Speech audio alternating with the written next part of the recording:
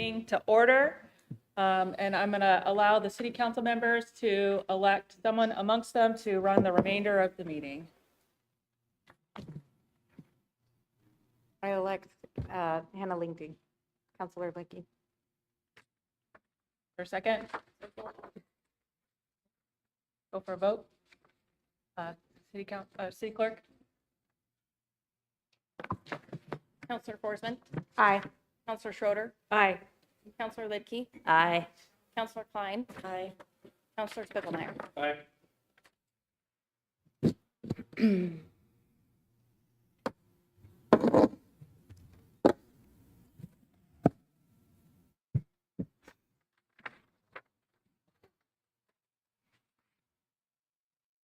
All right, moving on to item number 2 on the agenda is the Pledge of Allegiance. Students stand.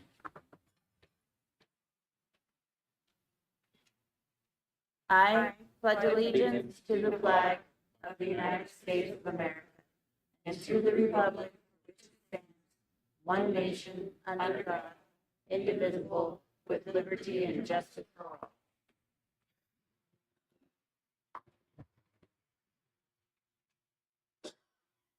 Item number 3 on our agenda is citizen comments. This is an opportunity for citizens to address the council on agenda items or other items they wish to bring to the attention of the council. Citizens are encouraged to discuss operational issues in advance with the mayor. In consideration of others willing to speak, please limit your remarks to 3 minutes. Are there public comments? Please.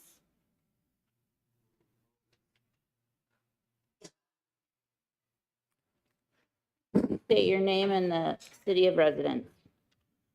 My name is Carl Walker, Lewiston, Idaho.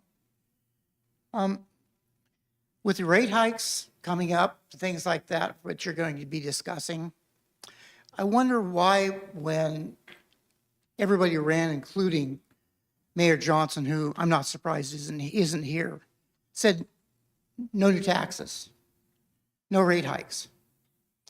And I'm sure anybody that gives comments here is going to say the same thing. We're almost taxed out of Lewiston. People on fixed incomes are having a hard time. Look at your wastewater. That's almost a fiasco in itself. But aside from that issue, a couple of the things that I was wondering is you'll listen to the people give all their comments, then you'll listen to the city managers ask for more money. As many times as I've been to council meetings, the same thing has taken place time after time. No change. You vote the increases in, no matter what. That's facts. That's not just my opinion. Also, I know these are strong words, but these are not words that are meant to tear anybody down or anything like that. Our wonderful community is at stake here. I believe that. The chance to raise our kids here, to give them a future where they'll be viable, there'll be money to go around because we can afford something, is an issue we all should be really, really centered on. And I think that's what this is all about. I could give all kinds of specifics, but I'd run out of my time. Please, I implore you, listen to the people. You represent them. Not the city managers, not specifically that other people have a chance to prosper other than our citizens. Listen to our citizens, please. Thank you.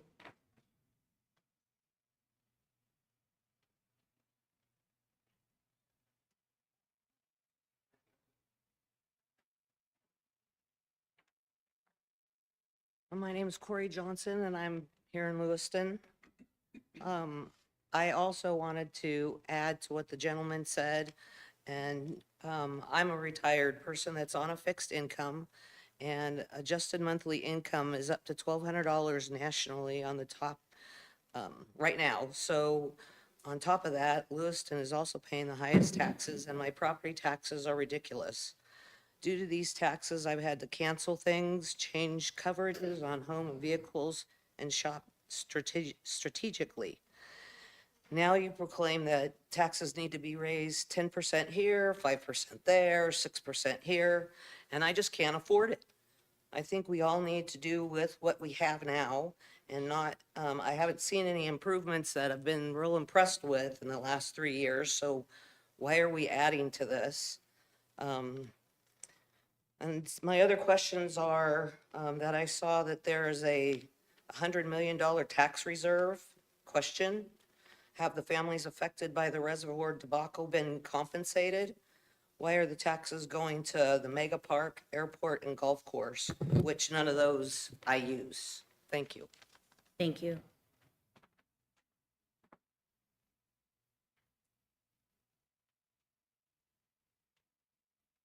Next.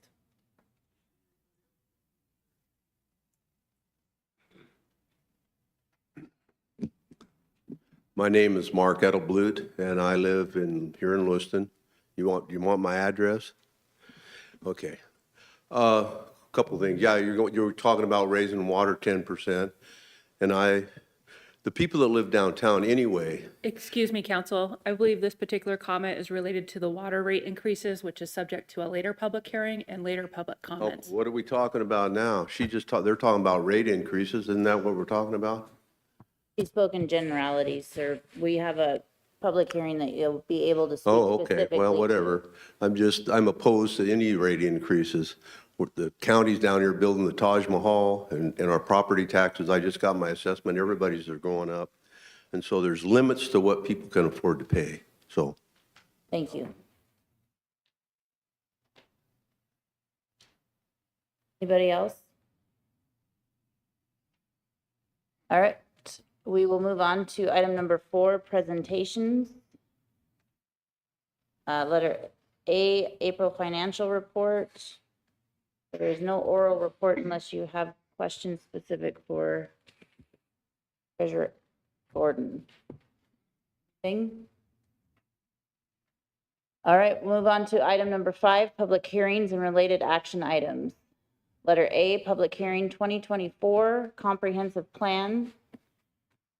We will be accepting testimony on the proposed comprehensive plan Envision Lewiston 2044, excuse me.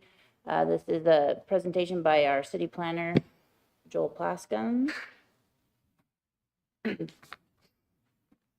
So just to explain the public hearing process, we will open the public hearing.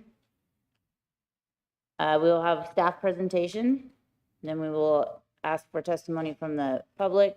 We'll allow for the council to ask questions of either staff or public testimony.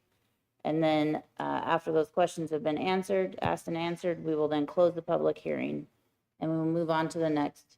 We will do all public hearings before we move on to any motions on resolutions. So, Plaskon? Thank you. I'm Joel Plaskon, Lewiston City Planner. This public hearing is on a proposed new comprehensive plan for the city of Lewiston. Comprehensive plan is a 20-year planning document mandated by the state of Idaho for local jurisdictions. The comprehensive plan, as its name implies, is very comprehensive. It includes 16 different components or elements of community planning and development. Ranging from housing to parks and recreation to public facilities to economic development to hazardous areas, on and on and on. The city's current comprehensive plan was written in 1999. It has outlived its planning horizon and many parts of it are just no longer relevant. So with that in mind, in January of 2023, the city embarked on the writing of a new comprehensive plan for the future of the city. And we've been working on that for the past 18 months with inputs from 23 or 26 or maybe even 27 steering committee members representing various stakeholder groups and a variety of interests, and getting thousands of inputs from the general citizenry in public outreach efforts. So that's just a very brief and general introduction. I'm going to turn the rest of it over for specifics and a summary of the entire project to Joe Moss from Logan Simpson. They're the consultant that's been helping us with this project.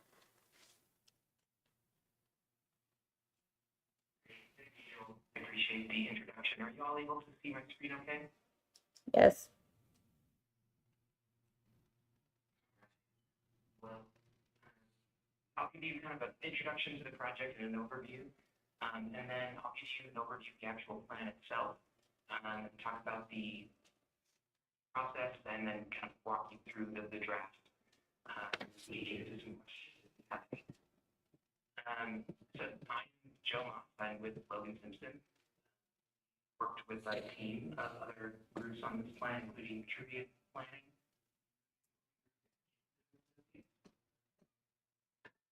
As Joel mentioned, it is comprehensive.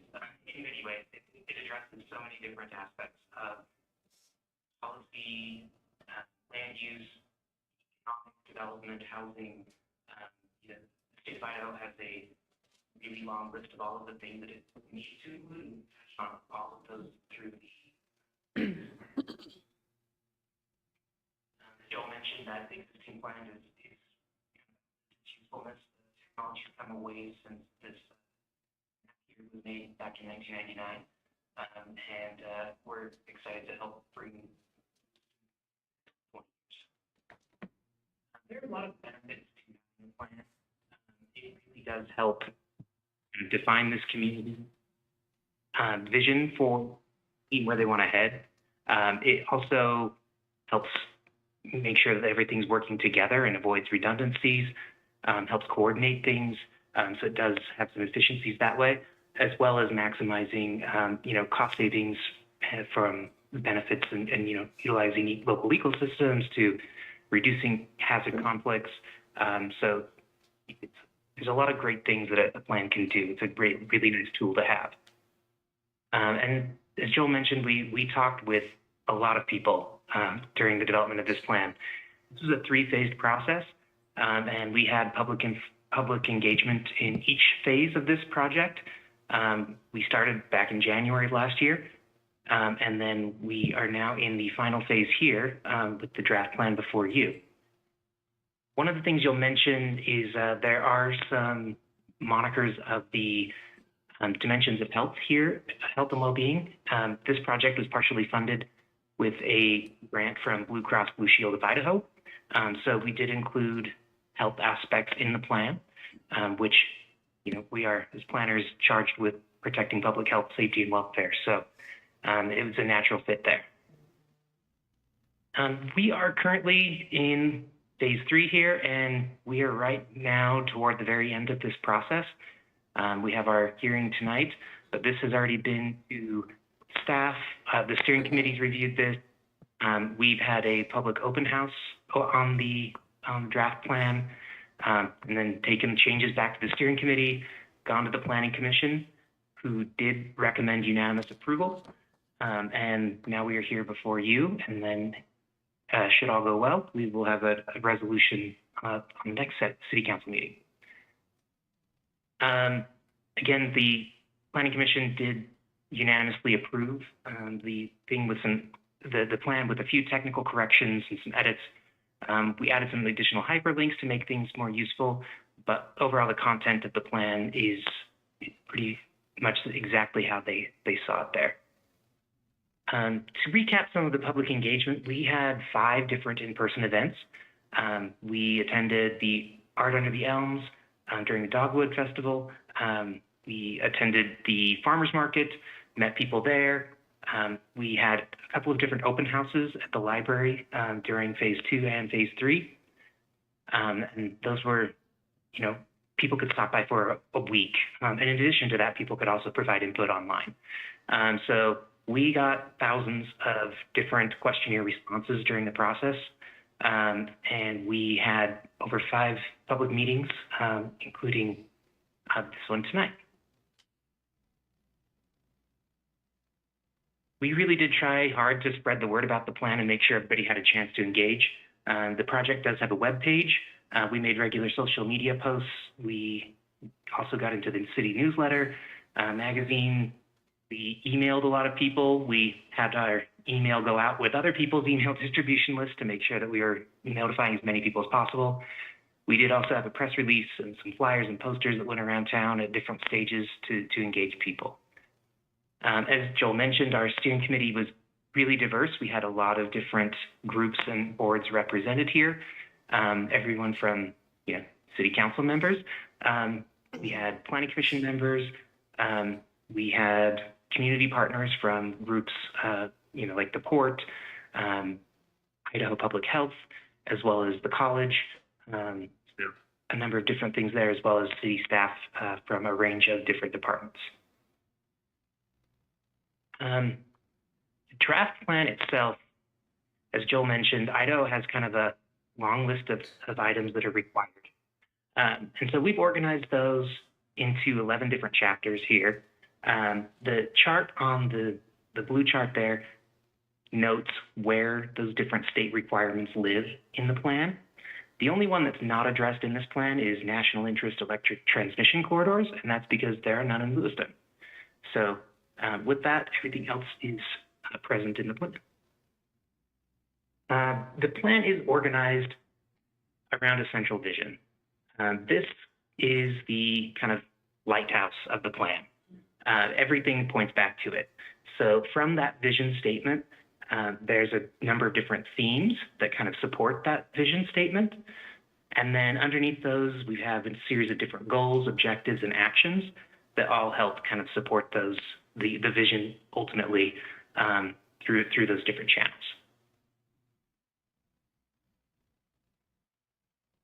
Getting into the actual document itself, Chapter 1 really is going to give you a community overview, goes over the planning area, the plan structure, the reason for the plan, the legal basis, property rights and regulatory components that are required through Idaho law, and it does give a synopsis of the engagement.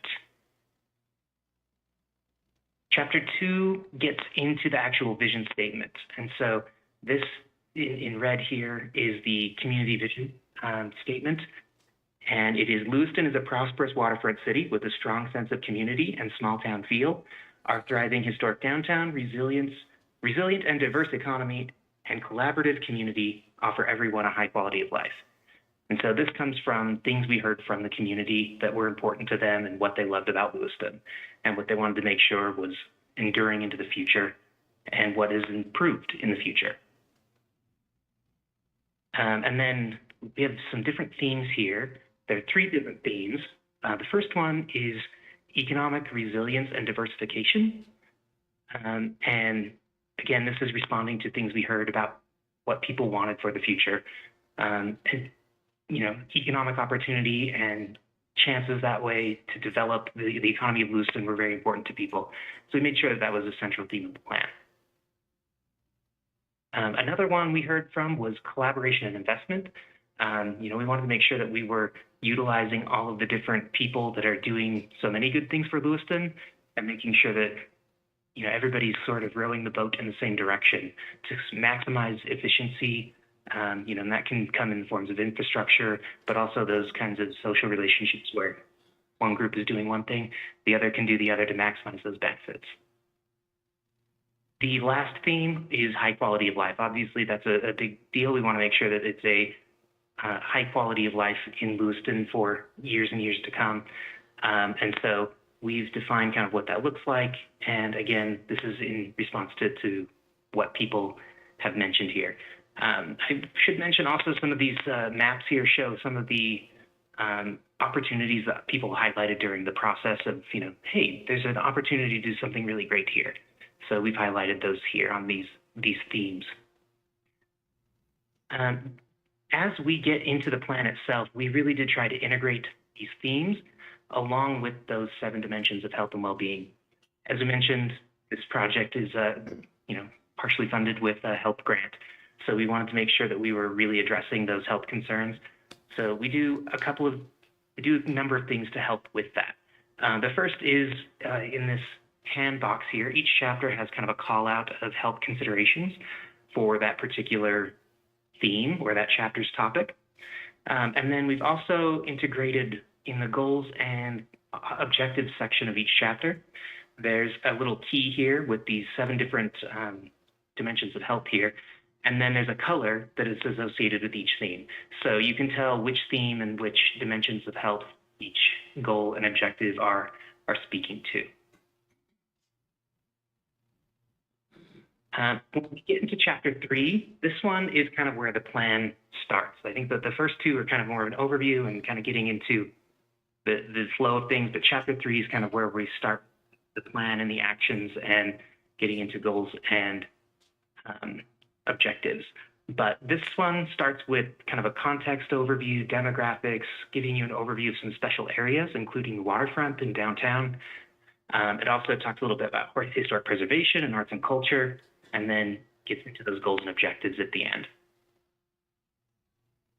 One of the things that is really important that we wanted to make sure we got right is the waterfront. In the current plan, this is probably one of the most new sections, and there's a lot of content in it, a lot of great things and a lot of good ideas. We wanted to make sure that we were, making sure that what was left in there was still relevant. We tried to kind of simplify and condense it down to make sure that it was in a really user-friendly and understandable format. And so we went from a number of different sub-districts. We condensed those down from, I think, 7 to 4 here. So you can see the different sub areas here. And the first one is probably maybe the most prominent, right there at the confluence of the river on the edge of downtown. So the chapter structure kind of walks through a number of different things. It talks about the existing assets. It talks about kind of how it's accessed. It also talks about the constraints of what can or can't be done. But then we also talk about desired future attributes, what we might want to see, what's possible in these areas, as well as these opportunities. So in this one, obviously the old Twin City food site is definitely a big opportunity to sort of connect downtown to the waterfront. And so, there's a lot of talk about what could be possible there. The next section, Snake River Bank, again, same structure with the assets and future attributes, access and constraints, and opportunities. But we wanted to make sure that we kind of talked a little bit about the sort of changing character, obviously, when you're further north, closer to downtown, versus down when you're down by the country club area, that, the land uses change. The advantage of this plan is we have the future land use map, which really kind of goes into a little bit more detail on what you want to see where. But we are trying to make sure that we are encapsulating all of the things that are great about the existing waterfront plan. And then the other component here is the Clearwater Bank South. And this goes from downtown on one end over to the paper mill. And it talks, again, same structure about the different desired attributes, assets, access points, and opportunities here.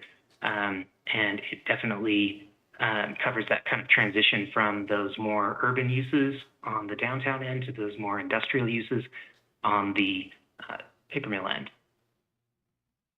And then when we get to the North Bank, it talks a lot about the port. Obviously, again, it's following that same structure, but this one's talking about the port as well as some of those potential sites along with some of those parks and areas for potential gateways into Lewiston, since this is definitely an area that, a lot of people experience Lewiston first.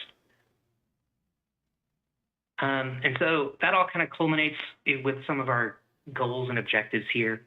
So you can see each of these goals and objectives. The waterfront goals are kind of scattered throughout when, for instance, if it's a land use goal, it's going to appear in the land use chapter. But we've tried to incorporate all of the different elements of community character in here with these goals and objectives. And so, strengthening downtown's role as the heart of the community, boosting those key institutions and their relationships with the community, and developing community and character through arts and culture, again, are going to be really important to maintaining Lewiston's really unique identity in the future. As I mentioned, land use, chapter 4, also follows that similar structure. We talk a lot about the current land uses, the area of impact, which is the area outside of city limits that you are coordinating with the county on. And then we talk a lot about a land use framework, and this is divided up into categories, descriptions, and then the future land use map. And then finally, goals and objectives. And we'll kind of walk through what these look like too.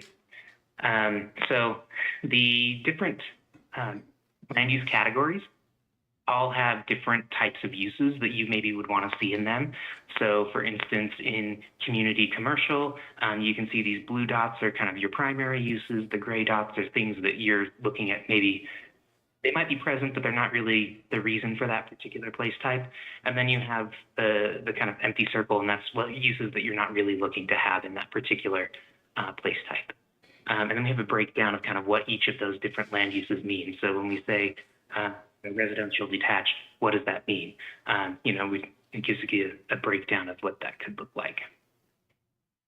And then each particular category has a description with a kind of understanding of what that looks like. It also includes some examples, a density range, generality, talks about kind of where that would be with locations, intensities, access, infrastructure, compatibility. And then it also gives you this policy basis here. All of these hyperlinks link to the different goals and objectives that are related to this particular place type. At the bottom, it's also giving you another snippet of that matrix we saw on the last slide, as well as giving you a thumbnail of where this particular type occurs in the city. And then we put all of those different thumbnails together of all the different place types, and that gets you to the future land use map here. So when we layer them all in, you can see where things are going and what that would be in the future. So if anybody comes to rezone or something, the city can look at this map and say, hey, is this in line with our vision for what we were hoping to get in the future here? And then we culminate here with the land use goals and objectives. Again, we're looking to really accommodate future development and redevelopments, housing choices, and coordinating that growth in the area's impact with the county. Chapter 5 is a transportation chapter. And again, it's going to follow a pretty similar structure. We have context, and then getting into kind of some roadways, non-motorized transportation, port rail, transit service, airport. A lot of these are kind of summarized in a little bit more concise terms. There's actually a pretty extensive existing conditions report that has a lot more information on these, and I'll touch on that a little bit later. But finally, that would lead us to our goals and objectives here. So yeah, you can see we've got, this is a little section out of the airport. Again, this is, the airport has an actual appendix on its own. The reason I put this in here is because of state requirements about what needs to be in an airport plan. There's a lot of sort of technicalities and things that are in the current airport plan, in the airport chapter of the existing plan, that we wanted to make sure we maintained and kept those sort of technical analyses and things in that airport plan appendix, but we didn't want it to sort of weigh down the rest of the document. We wanted this plan to be as user-friendly as possible and as concise as possible to really tell the story of what Lewiston wants to be in the future. So again, when we get to the transportation goals and objectives, we're looking at kind of, making a safe transportation system for everybody, improving livability, and addressing all modes of transportation, helping that transportation with economic growth, and attaining buy-in from community partners and developing partnerships to really maximize those investments.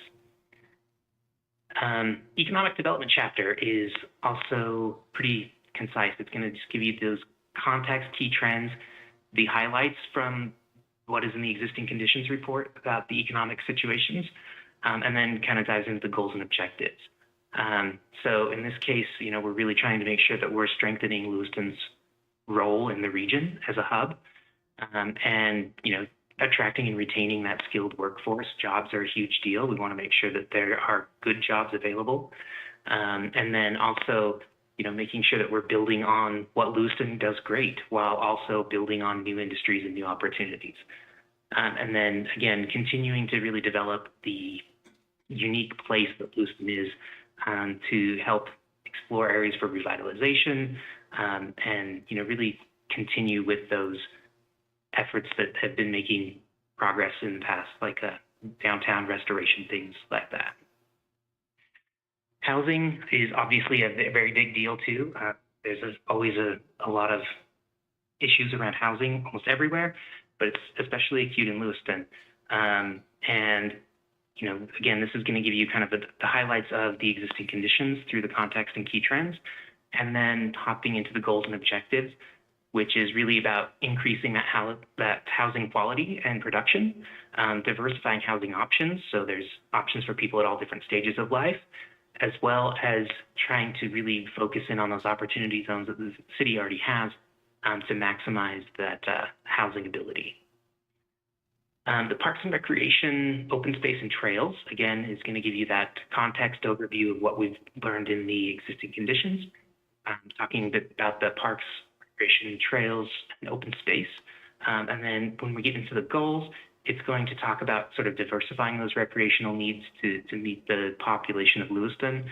For instance, there's a very large senior population in Lewiston, making sure that those recreational offerings are catering to those populations, as well as strengthening those partnerships with different groups to help make sure that we're offering a full recreational palette for everybody.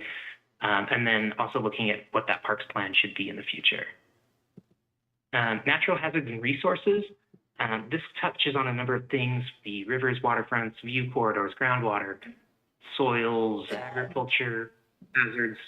We do also touch on kind of renewable energy, what the policy might look like on that in the future, as well as urban forests and trees.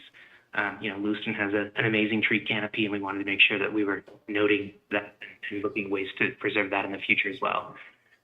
So again, when we get into this, it's a lot of, you know, minimizing hazards, increasing that resilience, and, you know, being a good steward of the environment, and collaborating with partners to really, you know, maximize impact, particularly with groups like the Army Corps of Engineers and things that are already doing work to help kind of bolster those things, and it's making sure that everybody's, as I said, kind of rowing in the same direction.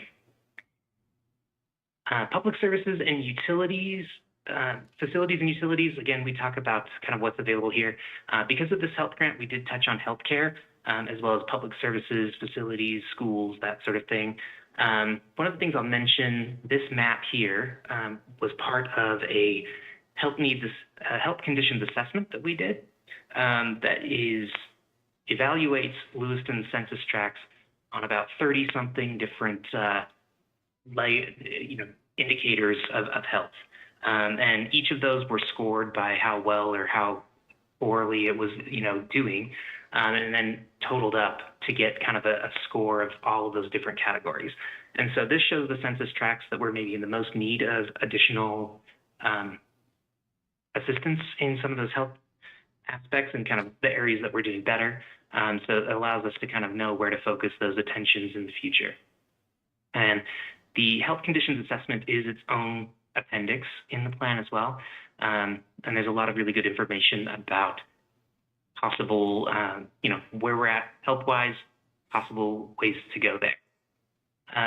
So for this one, again, looking at increasing the collaboration to maximize those partnerships, and making sure that we're offering services equitably to make sure that we can address those areas where there might be more need. Finally is the implementation chapter. So this one is a little bit different. So there's no goals and objectives here. However, it does get into a plan amendment and management. How does this plan maybe change in the future if needed? You know, if 5-10 years from now this plan needs to be updated, how do you make those changes and updates? It also gives you some decision-making criteria. So, you know, maybe somebody comes in with a proposal that is not necessarily aligned with the place type that was envisioned on the future land use map. How can you determine if that request maybe is or is not in line with what, you know, is going to help the plan overall? So it gives you some tools to be able to bounce those ideas off with to help make those decisions. It also comes with an implementation action plan. So this is a plan that city staff would do on an ongoing basis in the future that would kind of give you a playbook on where we're headed next in the plan.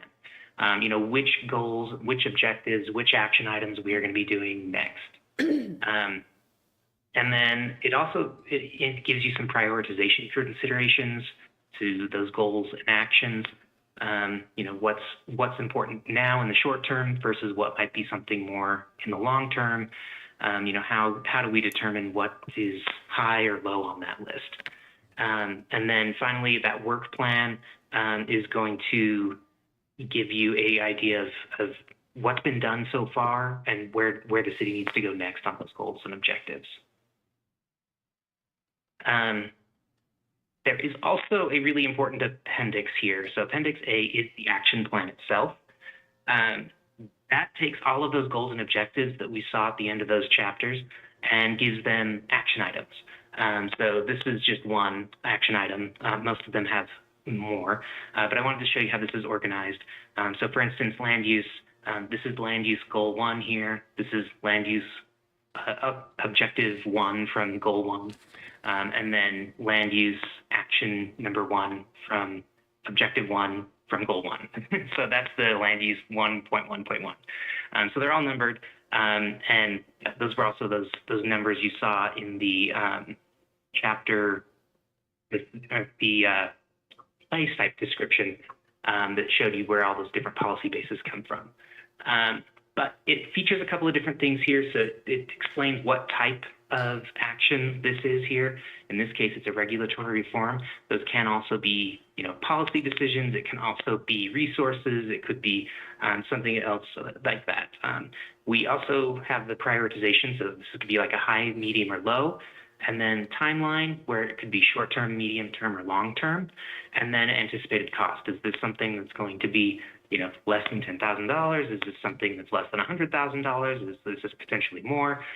So it kind of gives you an idea of what that might look like. And that's Appendix A, but as I mentioned, there are a number of appendices. Appendix B is a full engagement summary of all the different things we heard from folks throughout the process.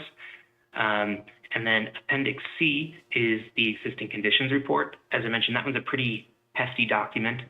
Well over 100 pages with a lot of good data about kind of where the city is or has been on a lot of these different components. The health conditions assessment is its own standalone appendix, and then the airport plan, as I mentioned, is its own appendix as well. And that said, I've been talking a lot. I threw a lot at you. I apologize. That was not great. I'm sure when it comes to the amount of talking I did. I hope it wasn't like drinking from a fire hose, but I'm here for questions if the council has any. Thank you. We're going to go ahead and let the public testify if they choose, and then we will ask some questions, I'm sure. Is there anybody from the public that would like to testify in relation to this draft 2024 comprehensive plan? You want to come to the microphone, introduce yourself, city that you reside, you can ask away. My name's Lori, and thank you. My name's Lori, and you said you reached out to a lot of people on this plan that you have. Did you bring any literature or leave anything here for us to look at as we leave, or as we watched it? Is there anything on it? I mean, in the room here. Just on the book that you were talking about up there. Might not be your hearing, plan. but Joel, if you want to respond. There are no hard copies of the documents here today. Because why? Why can't we, did anybody in the room get in or hear of this before tonight? Not one of us. And I've been to the farmer's market. I didn't see anything there all 3 weeks that it's been on. I believe it is available to view online, correct, Joel? Who's financing this plan? Who's financing? Yeah, and how much is it? I didn't hear him talk about the finance of it. Is it in the book? Joel or?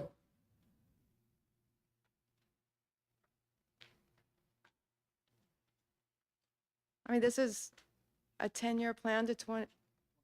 20-year plan. Who's financing this 20-year plan? And how much is it going to cost?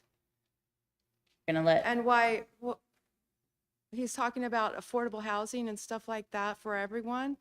We should have that here already, not in 20 years. so Joel, So I would would you like to speak see to the the details. cost and then also the requirements the state has on municipalities to provide this? Sure. So City Council budgeted $200,000 for this project back in 2021, 2022. The consultant that was awarded the contract bid 192.7, and then we got a $30,000 grant, as Joe mentioned, from the Regions Blue Shield Health Foundation. So including the $30,000 grant, the total project cost is $222.7. And as mentioned at the prior introduction to the agenda item, the plan is mandated by the state of Idaho, and ours is out of date. Do we get copies of that you have too? The finances on it, They're available, I believe. on the table outside? All right, well, and what was your name? Can you hear me? I'm not sure if you need to really talk into the microphone for him to hear. He's on Thank Zoom. you. Sorry, I can't see if you're talking to me or someone else in the room. His name is Joe Moss. Yeah. Anybody else like to speak to this?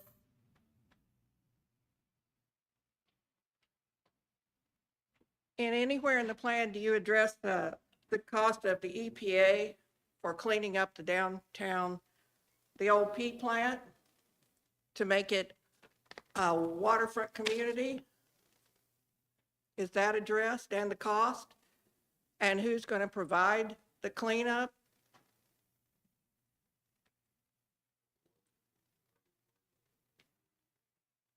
Joe? Oh, go ahead. Yeah, I can touch on that. So yeah, there is a section in the plan that does talk about that, the old Twin Cities food site being remediated, looked at for, future development for the catalyst site to really help connect downtown and the waterfront. In a comprehensive plan, it is pretty high level though, because it is a citywide plan and touches on so many different aspects. It's not going to be a highly specific, highly detailed plan of everything when it comes to the financing breakdown and everything. It's really more about setting a goal for the city to say, hey, this is something we want to look at in the future, and then setting some parameters about, how they want to maybe approach that coming up in the future. Any other comments from the public?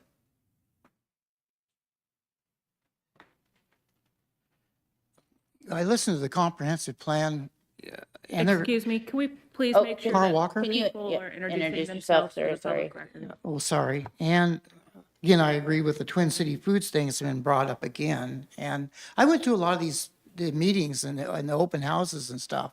I brought that up every time to anybody that was standing there, and they wouldn't give me a direct answer or even answer why is even being considered. So if these things were concisely presented to get the public's opinion, and all the time I was there, that was the opinion. Also, the other thing is, again, we're mentioning downtown Lewiston. That's kind of a dead horse subject that we've tried to resurrect time and time again and pour more and more money into. The past history should speak for itself where we spend our money and move forward, not backwards again with our expenditures. And the airport again. Why are we spending our money on an airport when nobody else in Idaho has to? Why are we supporting an airline when nobody else has to support airlines? These shouldn't even be in comprehensive planning. This should have been taken care of by now. In order to spend our money wisely and make Lewiston get better, we can't keep kicking ourselves in the tail and going back to what hasn't worked, going back to what doesn't benefit our general population for some reason. It's Comes up every time, whenever something's considered. So I don't really agree with a lot of this, but the complexities are way above me, and I don't understand a lot of it. I'm going to get online and look into this a little bit more. But thank you for your hard work. Thank you, Mr. Walker. Anybody else?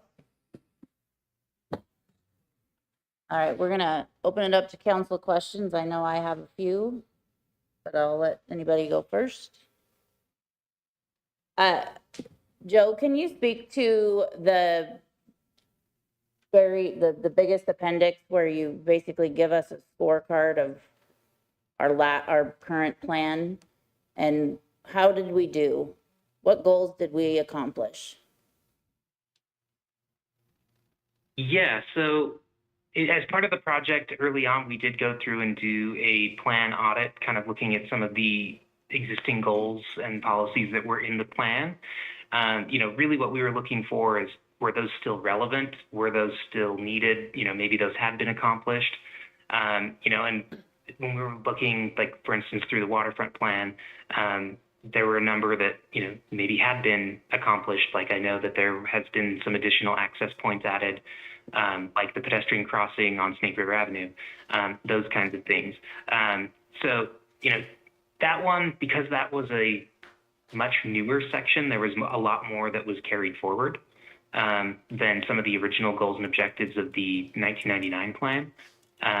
But I think that we tried to make sure we've worked with staff and to really make sure we were carrying through what was relevant. Bill, did you want to add to that? Yeah, so I believe you're referring to the existing conditions report, which is Appendix C. And it was an evaluation of all of the conditions surrounding the 16 different required components, state required components of the plan. But it did not include an evaluation of progress of achievement of goals or objectives from the current plan. That was never tracked throughout the duration of the 1999 plan.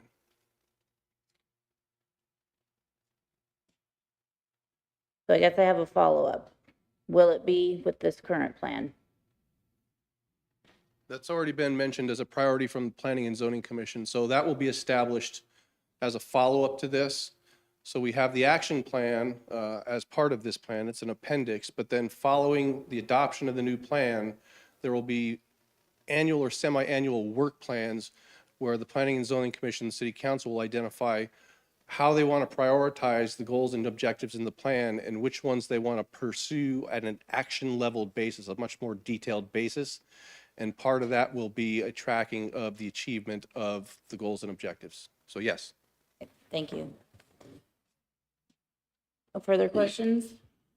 Okay, we will close that public hearing and move on to letter B, public hearing VA-01-2024, accepting testimony on a request that the city vacate a section of the Bryden Avenue public right-of-way beginning at the east side of 18th Street and extending to a point 50 feet west of the westerly right-of-way of 19th Street. An existing vacation petition to vacate the westerly 476 feet of the same section of right-of-way was previously given a conditional approval by the Lewiston City Council. Again, I will open the public hearing. We will hear a staff presentation or a guest, but I'm assuming staff on this one. Testimony from the public. We will then be given a chance to ask questions ourselves, and then I will close the public hearing before moving on to the next. Director Johnson, are you starting this presentation? I will do a quick introduction. All right, thank you very much. Good evening, council, interested citizens. Dustin Johnson, Public Works Director, City of Lewiston. The world is ran by those who show up, and there is a contingent of people here that are going to provide public comment, I'm assuming, who are interested in seeing this vacation. And I think if you've seen the map here, you're probably somewhat familiar and you've seen it before in the past. So this has been a long-standing issue of growth and development that is happening out, we'll call it the East Orchards area, which continues to see the area of development and growth for the city of Lewiston. There are several streets out there that were platted over 100 years ago. Some of those streets have been utilize in our street network and carry a lot of traffic. Some of them have never been constructed and are in vacant fields, and you wouldn't know it's a public right-of-way if you drove past it today. This particular road that we're talking about today is one that buttons up against a newer development and development that hasn't even yet cut ground yet. And so Mark is going to give you a little bit more detail on the ins and outs of specifically what the council is considering tonight. But I did want to tell you just in a quick introduction that this is why our jobs are difficult at times. You are here to weigh what is in the best interest of the city, the future residents of the city, public safety, conveyance of traffic, emergency services, utilities, all of those things versus the concerns of the citizens who actually live there. And I've spoken with these interested neighbors many times. I understand their perspective. I respect their perspective, but it's not my perspective as Public Works Director. I believe that there is a route forward where they can get what they need and the city can get what they need as far as proper planning and moving forward. One of the reasons we're here today is some maybe not what I would consider great planning for subdivisions. What we're trying to do tonight is to mitigate that. That's not to say that there's a perfect answer. There needs to be some concessions. Oftentimes it's the cities that's conceding some of these things. And so please consider all of this when you listen to Mark's presentation and the public comment. So I would say good luck, and I'm here with Mark for any technical answers that you may see. So with that, I'll hand it over to Mark. Thank you, Director Johnson. Council members, good evening. My name is Mark Wiggins. I'm the city surveyor, and I'm here to present the staff report for VA 01 2024.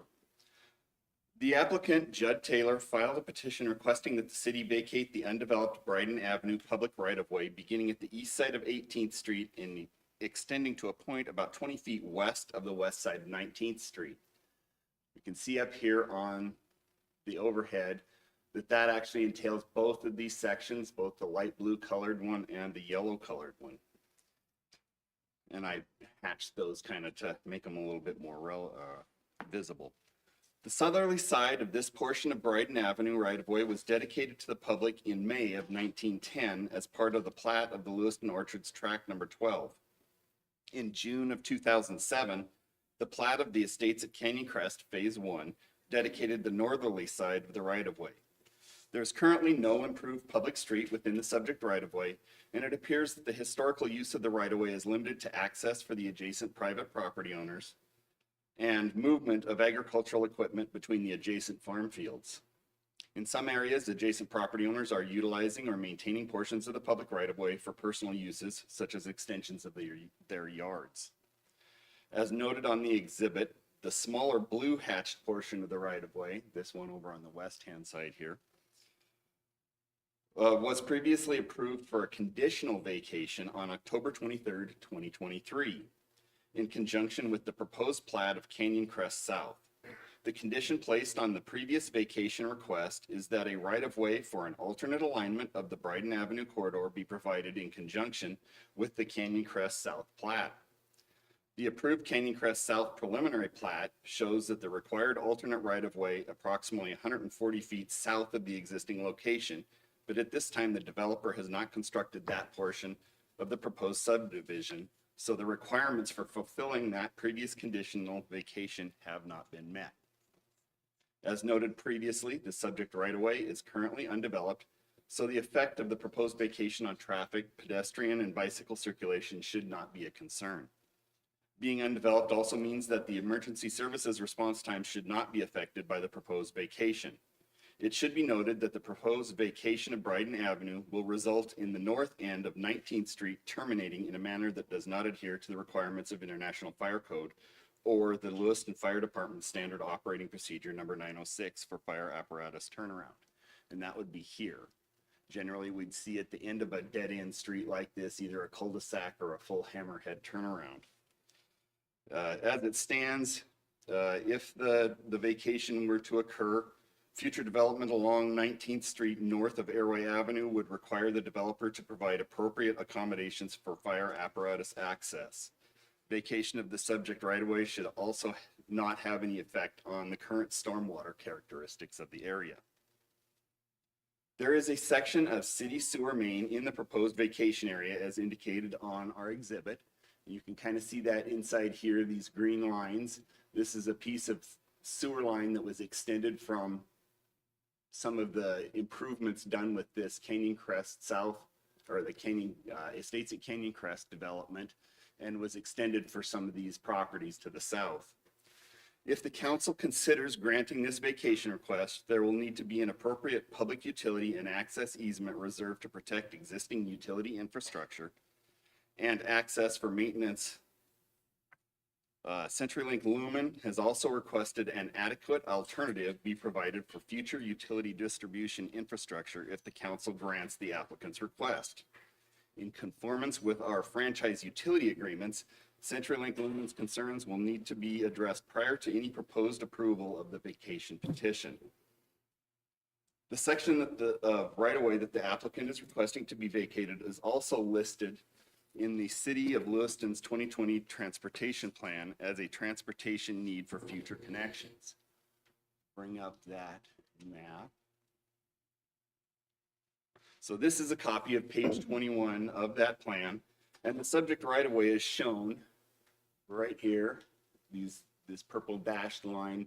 This is Bryden Avenue coming all the way across the orchards, and this would be the Lindsay Creek Road coming up the bottom, and this is the section between 18th and 19th right here. It is designated as a proposed future collector street, which is the indication of the purple dashed line. And this classification in an approved transportation plan adopted by the city council indicates a recognized need for future development of this section of roadway, which is in direct contradiction to the applicant's request. While this section of roadway remains on the transportation master plan, vacation would be contrary to the established city policy adopted by the city council. Section 3232 of City Code also references and reinforces the objectives of the adopted transportation plan and provides direction on developing roadways to meet future transportation needs. Sections 3232A through 3232D state that, so A, whenever a tract to be subdivided embraces any part of a street designated in the adopted city master transportation plan and/or bike and pedestrian way designated in the adopted comprehensive plan, such street, bike, or pedestrian way shall be platted in conformance therewith. B is street layouts shall provide for the continuation of streets as the subdivision committee may designate. C is whenever the tract to be subdivided is located within an area for which the neighborhood plan has been approved by the commission, the street arrangement shall conform substantially to said plan. And in D, it says certain proposed streets and utilities shall be designated by the subdivision committee, shall be extended to the tract boundary to provide future connections with adjoining unplatted lands. And basically what all of that is saying is, as Director Johnson said, some of these streets were platted over 100 years ago, most of them in like the early 1903 to 1912. You can see, square blocks, that type of thing. And this has obviously established a very uniform extension of the grid network of our streets. And so what it's saying is as we continue to develop the orchards, we should be using extensions of those existing streets. Straight roads basically are the most efficient way to do it. So these sections of city code emphasize the continuation of existing city street patterns where possible. If the council wishes to consider approving the applicant's request, a careful review and reconsideration of the transportation plan should be conducted prior to any formal approval of the applicant's request. Council considerations for a vacation petition are outlined in section 31-109 of City Code and indicate your decision should be based on findings that proper notice has been given and the public interest will not be prejudiced by the vacation. Additional insight into the public interest criteria can be obtained in subsection 31109C, where it indicates the conditions of approval shall be those conditions necessary to protect the rights and interest of the public. And in 31109C7, it states any other matter relating to the vacation that is necessary to protect the public or adjoining property owners or to carry out adopted city plans. As Director Johnson indicated previously, the Public Works Department is going to make a neutral recommendation regarding this action. The City Council will need to consider the contents of the staff report and the public hearing testimony to determine if the public interest will not be prejudiced by the vacation, and provide staff direction on which course of action you wish to pursue in this matter. If the City Council wishes to deny this request, it would end consideration of the vacation of the eastern end of the section of Brighton Avenue. But the previous conditional approval for vacation of the westerly end of this section, that blue portion we saw earlier, tied to construction of an alternate corridor, would remain in effect. If the City Council wishes to pursue approval of the applicant's request, the council will need to determine the conditions of approval necessary to protect the rights and interest of the public and any other matter relating to the vacation that is necessary to protect the public or adjoining property owners or to carry out those adopted city plans. It is the Public Works Department's recommendation that if the City Council chooses to pursue approval of the vacation application, that the approval should be made conditional upon reserving the appropriate easements to protect existing and proposed utilities as noted previously, and a review and, if appropriate, revision of the transportation plan to remove the proposed vacation area from the current transportation plan should be conducted. And with that, I stand for any questions.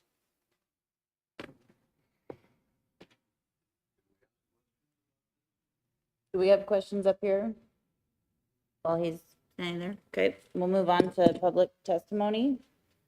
Remember to please state your name and city of residence and try to keep your comments to 3 minutes or less so we can let everybody get a chance. Judd Taylor, Lewiston. We've gone over that before. Can you flip back to the first screen you were on? Can you, is that mic on? Is that better? That's much better, thank you. If you look, and I understand, you know, this, we're really trying to correct a problem that started back in 2008. We all know what happened in 2008. It was a housing crisis. Someone was starting to put in a subdivision. That subdivision was not put in correctly. The houses along the south side of Clearview Point Drive should have Bryden addresses. They should be turned 180 degrees. Bryden should have been put in. It's against city code to have Clearview Point and the same size road of Bryden that close together. So you've already approved the vacation for Dan for his subdivision because he doesn't want to do the same thing that they did back in 2008.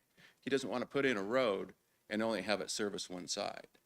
So the other two people, Mr. Cahill and Linda, they have no use for that road, but they would have to pay for it if it does ever have to go in.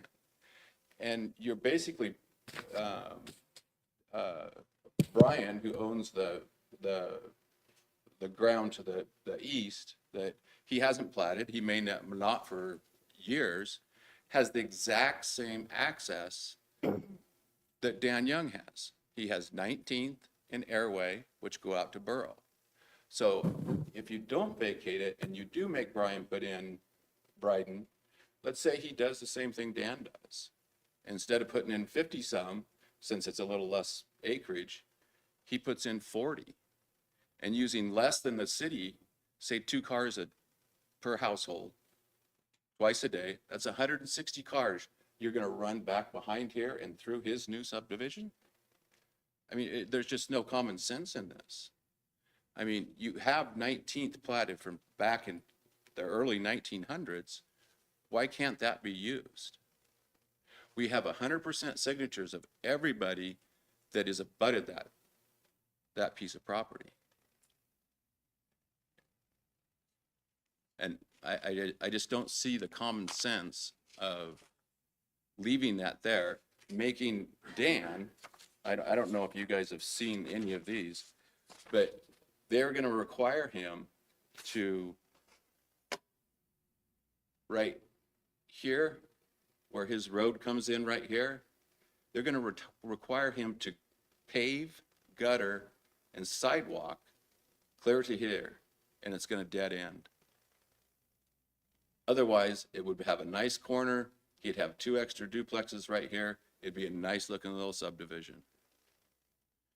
But you have a road coming down here and dead end, it looks like somebody ran out of money or they didn't know what they were doing. So I mean, it just seems like he's getting the benefit of vacating this portion. If Brian or his heirs or whoever it may be, if it's not vacated, they're not getting that same benefit. And Bryden can't go any farther this way. Bryden can only go a little ways this way because there's another canyon. I totally think that if it wasn't named Bryden, we wouldn't be having this problem. It would have been vacated a long time ago. Because whoever approved the subdivision back in 2008, we probably needed city funding for, putting in subdivisions and getting the tax revenue. They let them get away with a lot of stuff that they shouldn't have. And now we're trying to correct the problem. Who wants to have a 60-foot road on both sides of their house? Nobody does.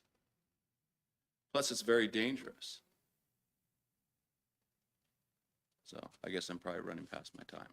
Thank you. Thank you, Mr. Taylor.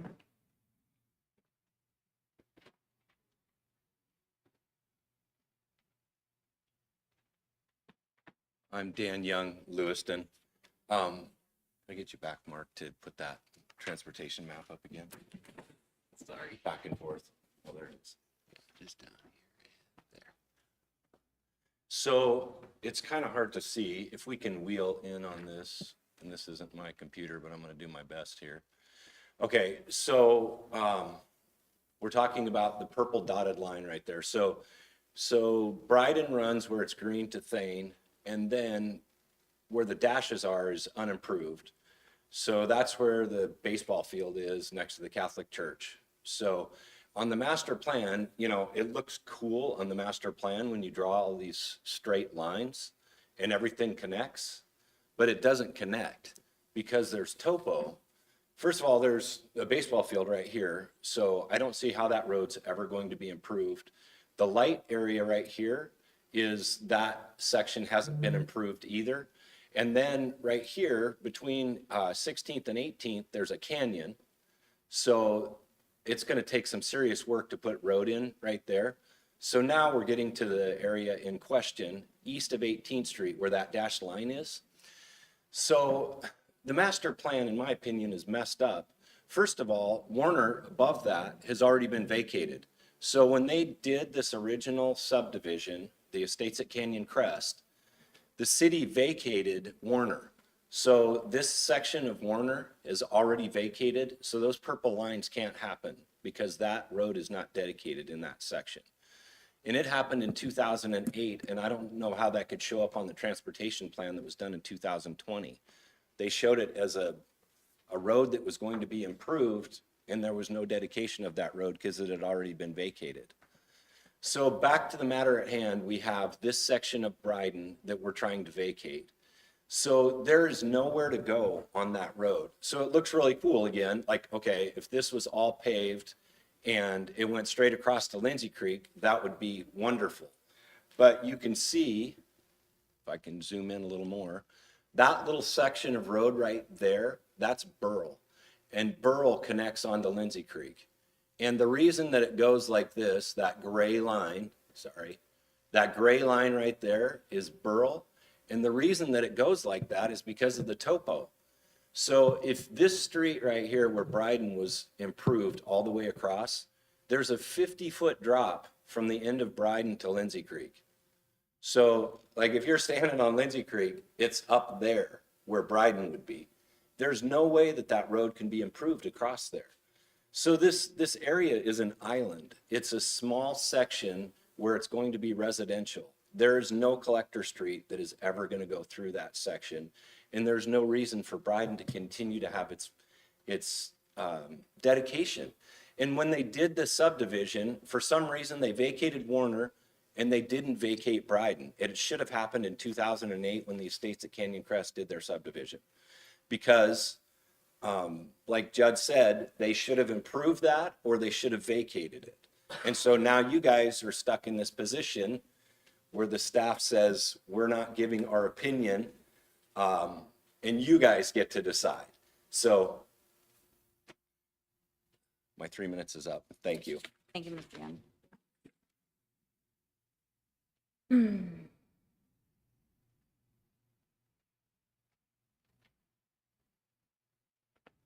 Hello, my name is Lori Glassbell, and I'm one of the property owners right off of the proposed or future Bryden.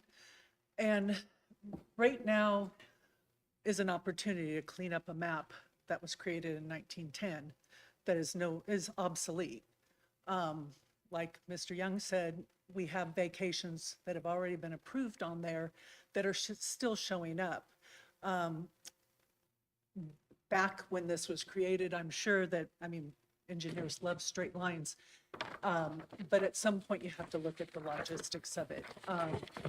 We back up to the proposed Bryden, and that's not where we access it from. I wish we had this map still up.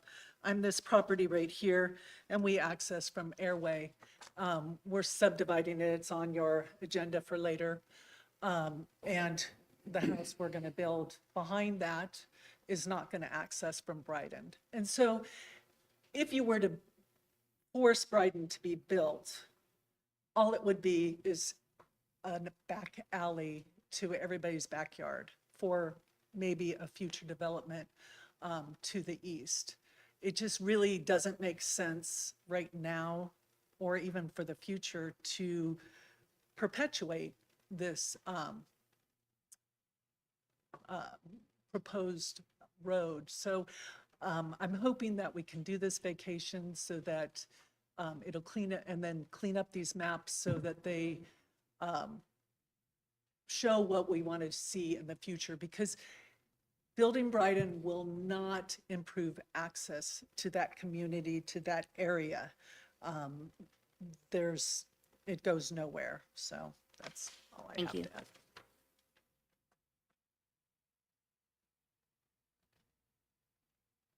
Anybody else? Okay, we will entertain some questions from the council. Again, I have some, but I will let others go first.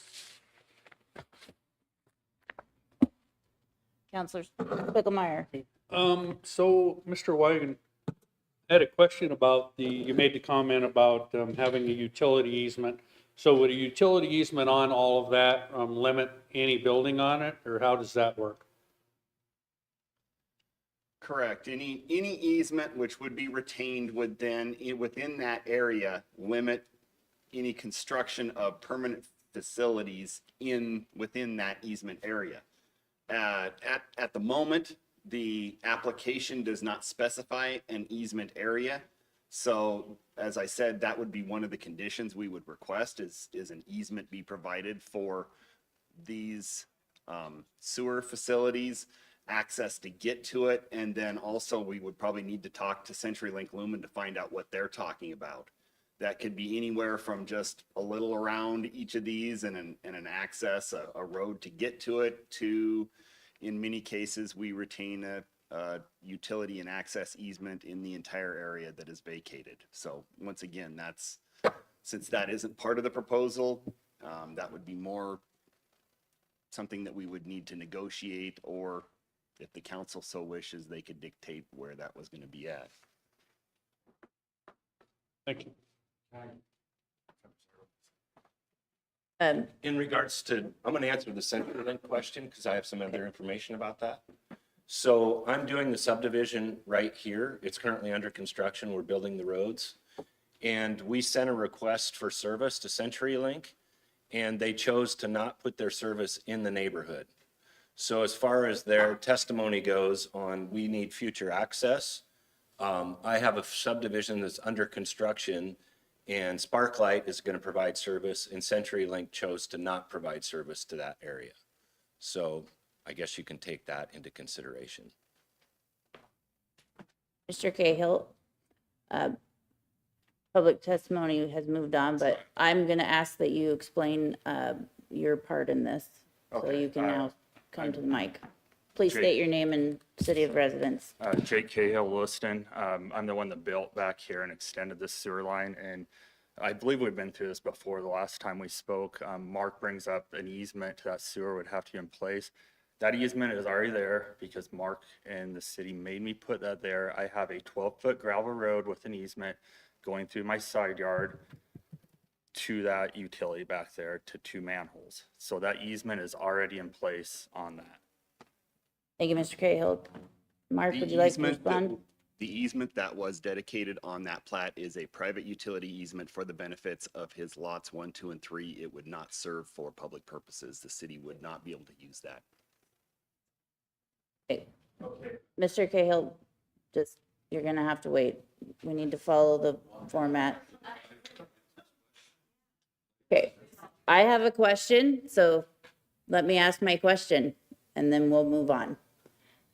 City staff, can we please talk about what that needs to look like? Because when we're up here making a decision, if there's a private one and you're neutral about it, that tells me that there is a solution. Can you speak to that? And then also the fire access that we would need to have for a turnaround. Is there the possibility of that if we were to vacate this entire portion? Either of you speak to that. So I'm going to check through the list of the ones that I think I have the answer and defer to Mark on the ones that I don't have the answer to. So we've talked about the transportation plan, and we've talked about the faults of the transportation plan, or maybe the vagueness of it. There's nothing to prevent the council to direct staff to amend the transportation plan, which would be that exhibit, and say, we do not find this portion of Bryden to be necessary. So, that would be, vacating, and then we would first want to amend the transportation plan of that exhibit, and then you would, that would be a condition of the approval of the vacation if you so choose. And I think the comments that have been already provided in there is enough as to why this section of Bryden, if you so choose, would be amenable to be removed from the transportation plan. The second, that's the first component. The second component is, I think we've talked a little bit tonight.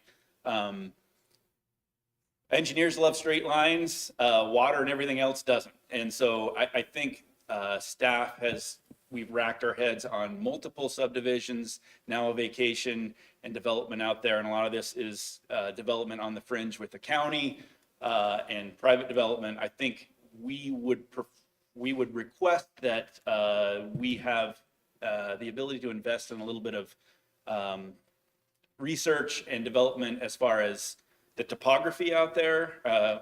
Earlier, we talked about the comprehensive plan that outlines future growth.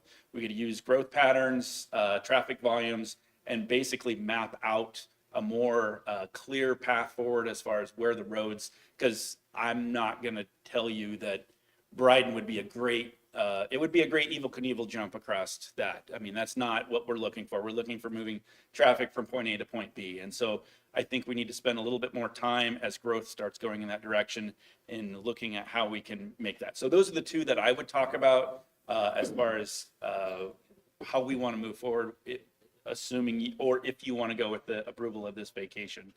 I didn't catch the fire turnaround. Mark might be better suited on speaking to the fire turnaround.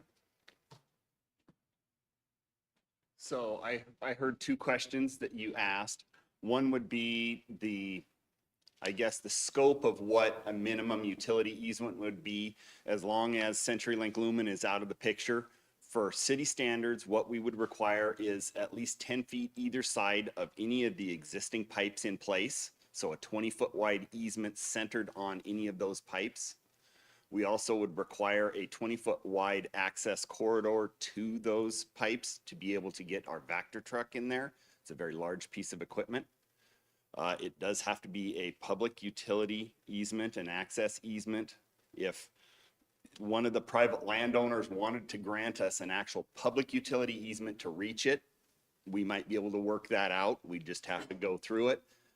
Probably the easiest way would just be to come straight up the center of the existing corridor from the 19th Street end. As far as a fire access turnaround, the standard operating procedure 906 for the city or for the fire department generally requires either a 50-foot radius cul-de-sac or what is considered a hammerhead turnaround, which has two 70-foot legs from the center line.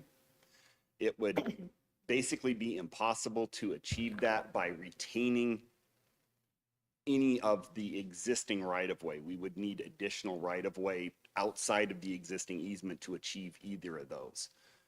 Basically, what that would do is if we approve this vacation, it would put the onus on the developer to then provide that turnaround anytime they developed anything down there.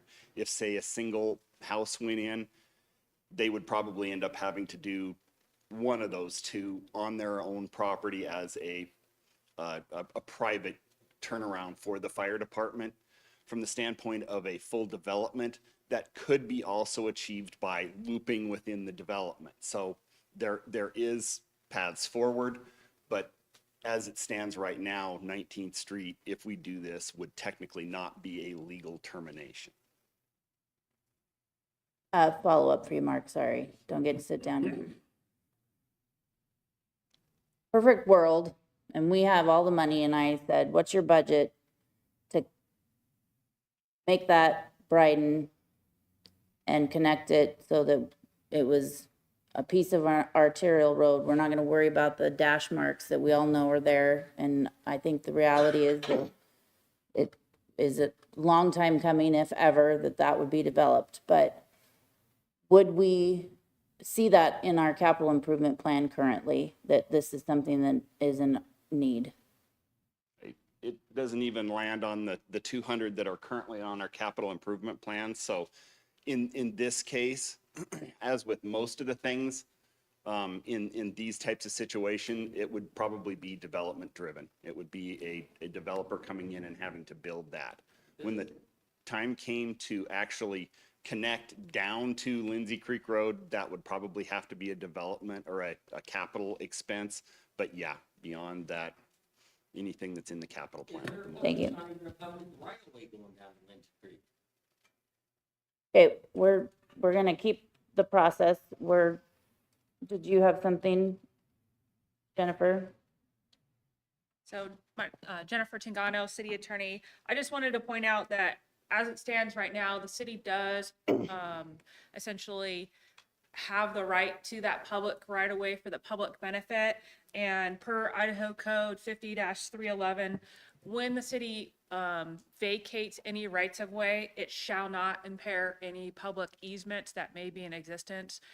If the city were to be inclined to grant the vacation request, I would recommend doing so subject to reserving any necessary easements, not negotiating those later because of the fact that doing so at a later date and time would potentially impair those. Regardless of any private access easements that might be on private property at this time, that public right-of-way, those public easements now as they stand should be reserved for the future as well.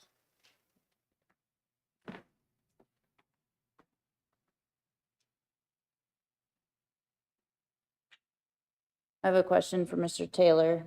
If you'd come to the mic.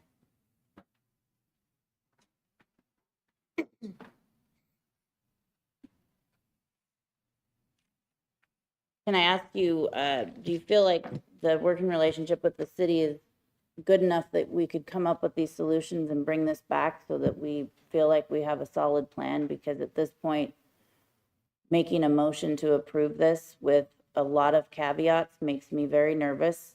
And again, I want to make sure that we're doing right by what you request, but it also sounds there's like a lot of stones that need to be still turned. I've been trying to do this for 7 years, so I've talked to everybody up along here. Brian is more than happy for that fire turnaround at the end there. If he has to give up land to do that, he'll do that. And I think Mr. Cahill, I mean, I didn't know that I was supposed to put that in my request. I didn't know it was a private one. Do you have a problem putting it into a public? I mean, it's to go in to clean up. Yeah, I've always been under the impression from talking with the city staff before that that was already taken care of. You're right. Okay. It just had So, to fit that truck. but you're telling me that we can find a solution if we can move forward and clear up whatever we need to be cleared up. I believe so. That's all I needed to know. Is there any other questions, Counselor? Counselor? Can I get a question about why that can't be a public easement, or what, or can it be? It just needs maybe things to happen before that's able to happen. It could be made into a public easement. There's nothing prohibiting that. It's just the way it was listed on the plat specifically says it's a private easement for the benefit of those 3 lots. So unless the wording says that it's specifically a public utility easement, we can't use it, not legally. So it's as easy as changing that wording. Is it a pretty easy process? That's an existing plat, so we probably could amend the plat, but I would prefer to just, if we were gonna get that, if we were gonna get an easement like that, we'd wanna do it in a separate easement document. It does sound like the city attorney would prefer to have that across the existing public property. Is that incorrect assessment? I don't know all the details as far as the public easement, but for any area in the right of way that does get vacated, those easement rights should remain public as much as possible. Thank you. Any further questions from the council? Okay, I'm gonna close the public hearing, and I did not use the restroom before I came, so I'm gonna do a 5-minute recess, and I need to speak to the city attorney as well. So I'm gonna go at ease.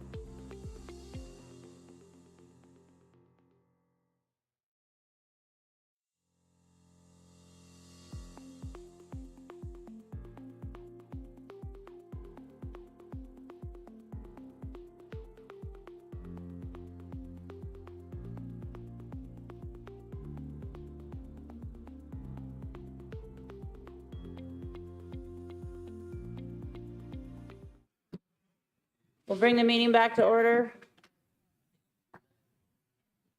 We will move on to letter C, public hearing VA-01-2024, considering, oops, wait, what am I reading? Yeah. Considering applicant's request that the city vacate a section of the Bryden Avenue public right-of-way beginning at the east side. Is this a repeat? Why is this on? It's the discussion and deliberation portion. Okay. It's reading funny on my computer, or I'm becoming double visioned. I'll start over. Considering applicant's request that the city vacate a section of the Bryden Avenue public right-of-way beginning at the east side of 18th Street and extending to a point 50 feet west of the westerly right-of-way of 19th Street.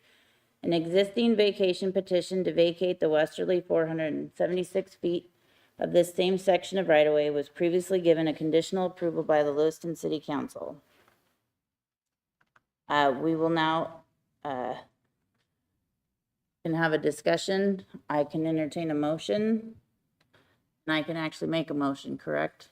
If I so choose.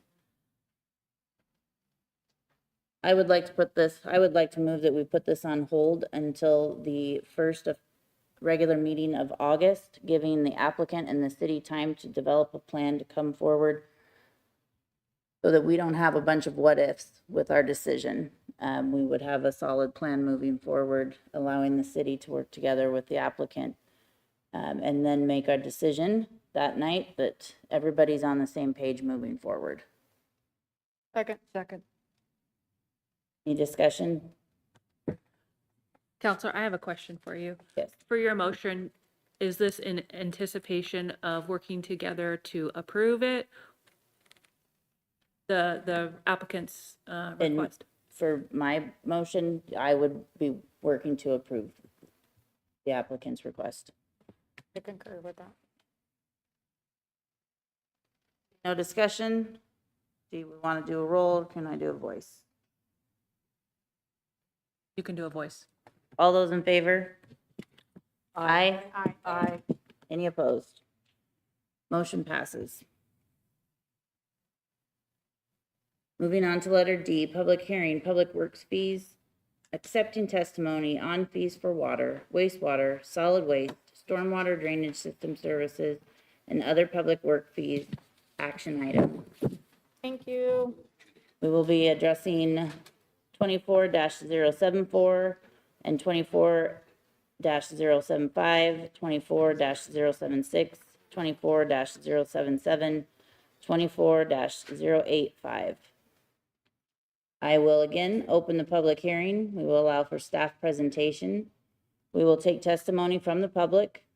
The council will then have a chance to ask questions of the staff and persons providing testimony. I would remind the council, this is the time to ask questions because we can not receive any information once I close the public hearing. Director Johnson, please begin. Good evening, City Council, citizens of Lewiston. Dustin Johnson, Public Works Director. I've been thinking about this for a long time, probably for over a year now, about what we're looking at tonight, particularly water. Water is the one that is the most burdensome to me and also obviously the ratepayers. I'm here to deliver not pleasant news. I've delivered throughout the year, everything going back to the reservoir, to irrigation restrictions, to the construction costs that have escalated over the last couple of years. And I don't have great news. I have news that isn't as bad as other news, but I'm coming to you and telling you this is not fun. This is not fun for anybody. And we don't live in a bubble. I'm going to go through tonight and talk about each individual enterprise fund. And I'll talk about what an enterprise fund is. It's an individual enterprise. It's self-funded. It's funded by ratepayer money. We can't borrow money from, sanitation to put it into water. If we could, I would. I know people that would have a problem with it that are sitting here tonight, but I don't. To get back on topic, I'm gonna go through this and I'm gonna explain some of the reasoning as to why we're in the situation that we are in, ways that we're gonna try and get out of it, and try and paint this as a whole picture. But I will say, the message tonight is that we understand Lewiston water is expensive. That's it. I'm not going to tell you it is cheap. I'm not telling you that it's going to be the most expensive water forever, but I am telling you that the infrastructure is in a state that we need to invest in it, and it's in a time period where we see inflation and costs, labor, everything is outrageous. All the projections that we've made in 2018 are ancient history at this point, and so I'm going to go through and I'm going to do my best to answer the questions. There's a lot of data, there's a lot of information, and a lot of reasons as to how we got where we're at today. And I will tell you right now, you may have some questions, the public may have some questions that I can't answer tonight, but I will do my best to be honest and tell you where I think we should go. But ultimately, this is as similar as the last public hearing, this is a policy discussion. You are residents of Lewiston. You are also, I'm assuming, ratepayers for the water, probably the sewer, and you need to weigh that. You wear two different hats tonight, as a resident and a water purveyor or a sewer purveyor. This is a challenging evening. This is a challenging enterprise that we're taking on right now, and there is no right answer.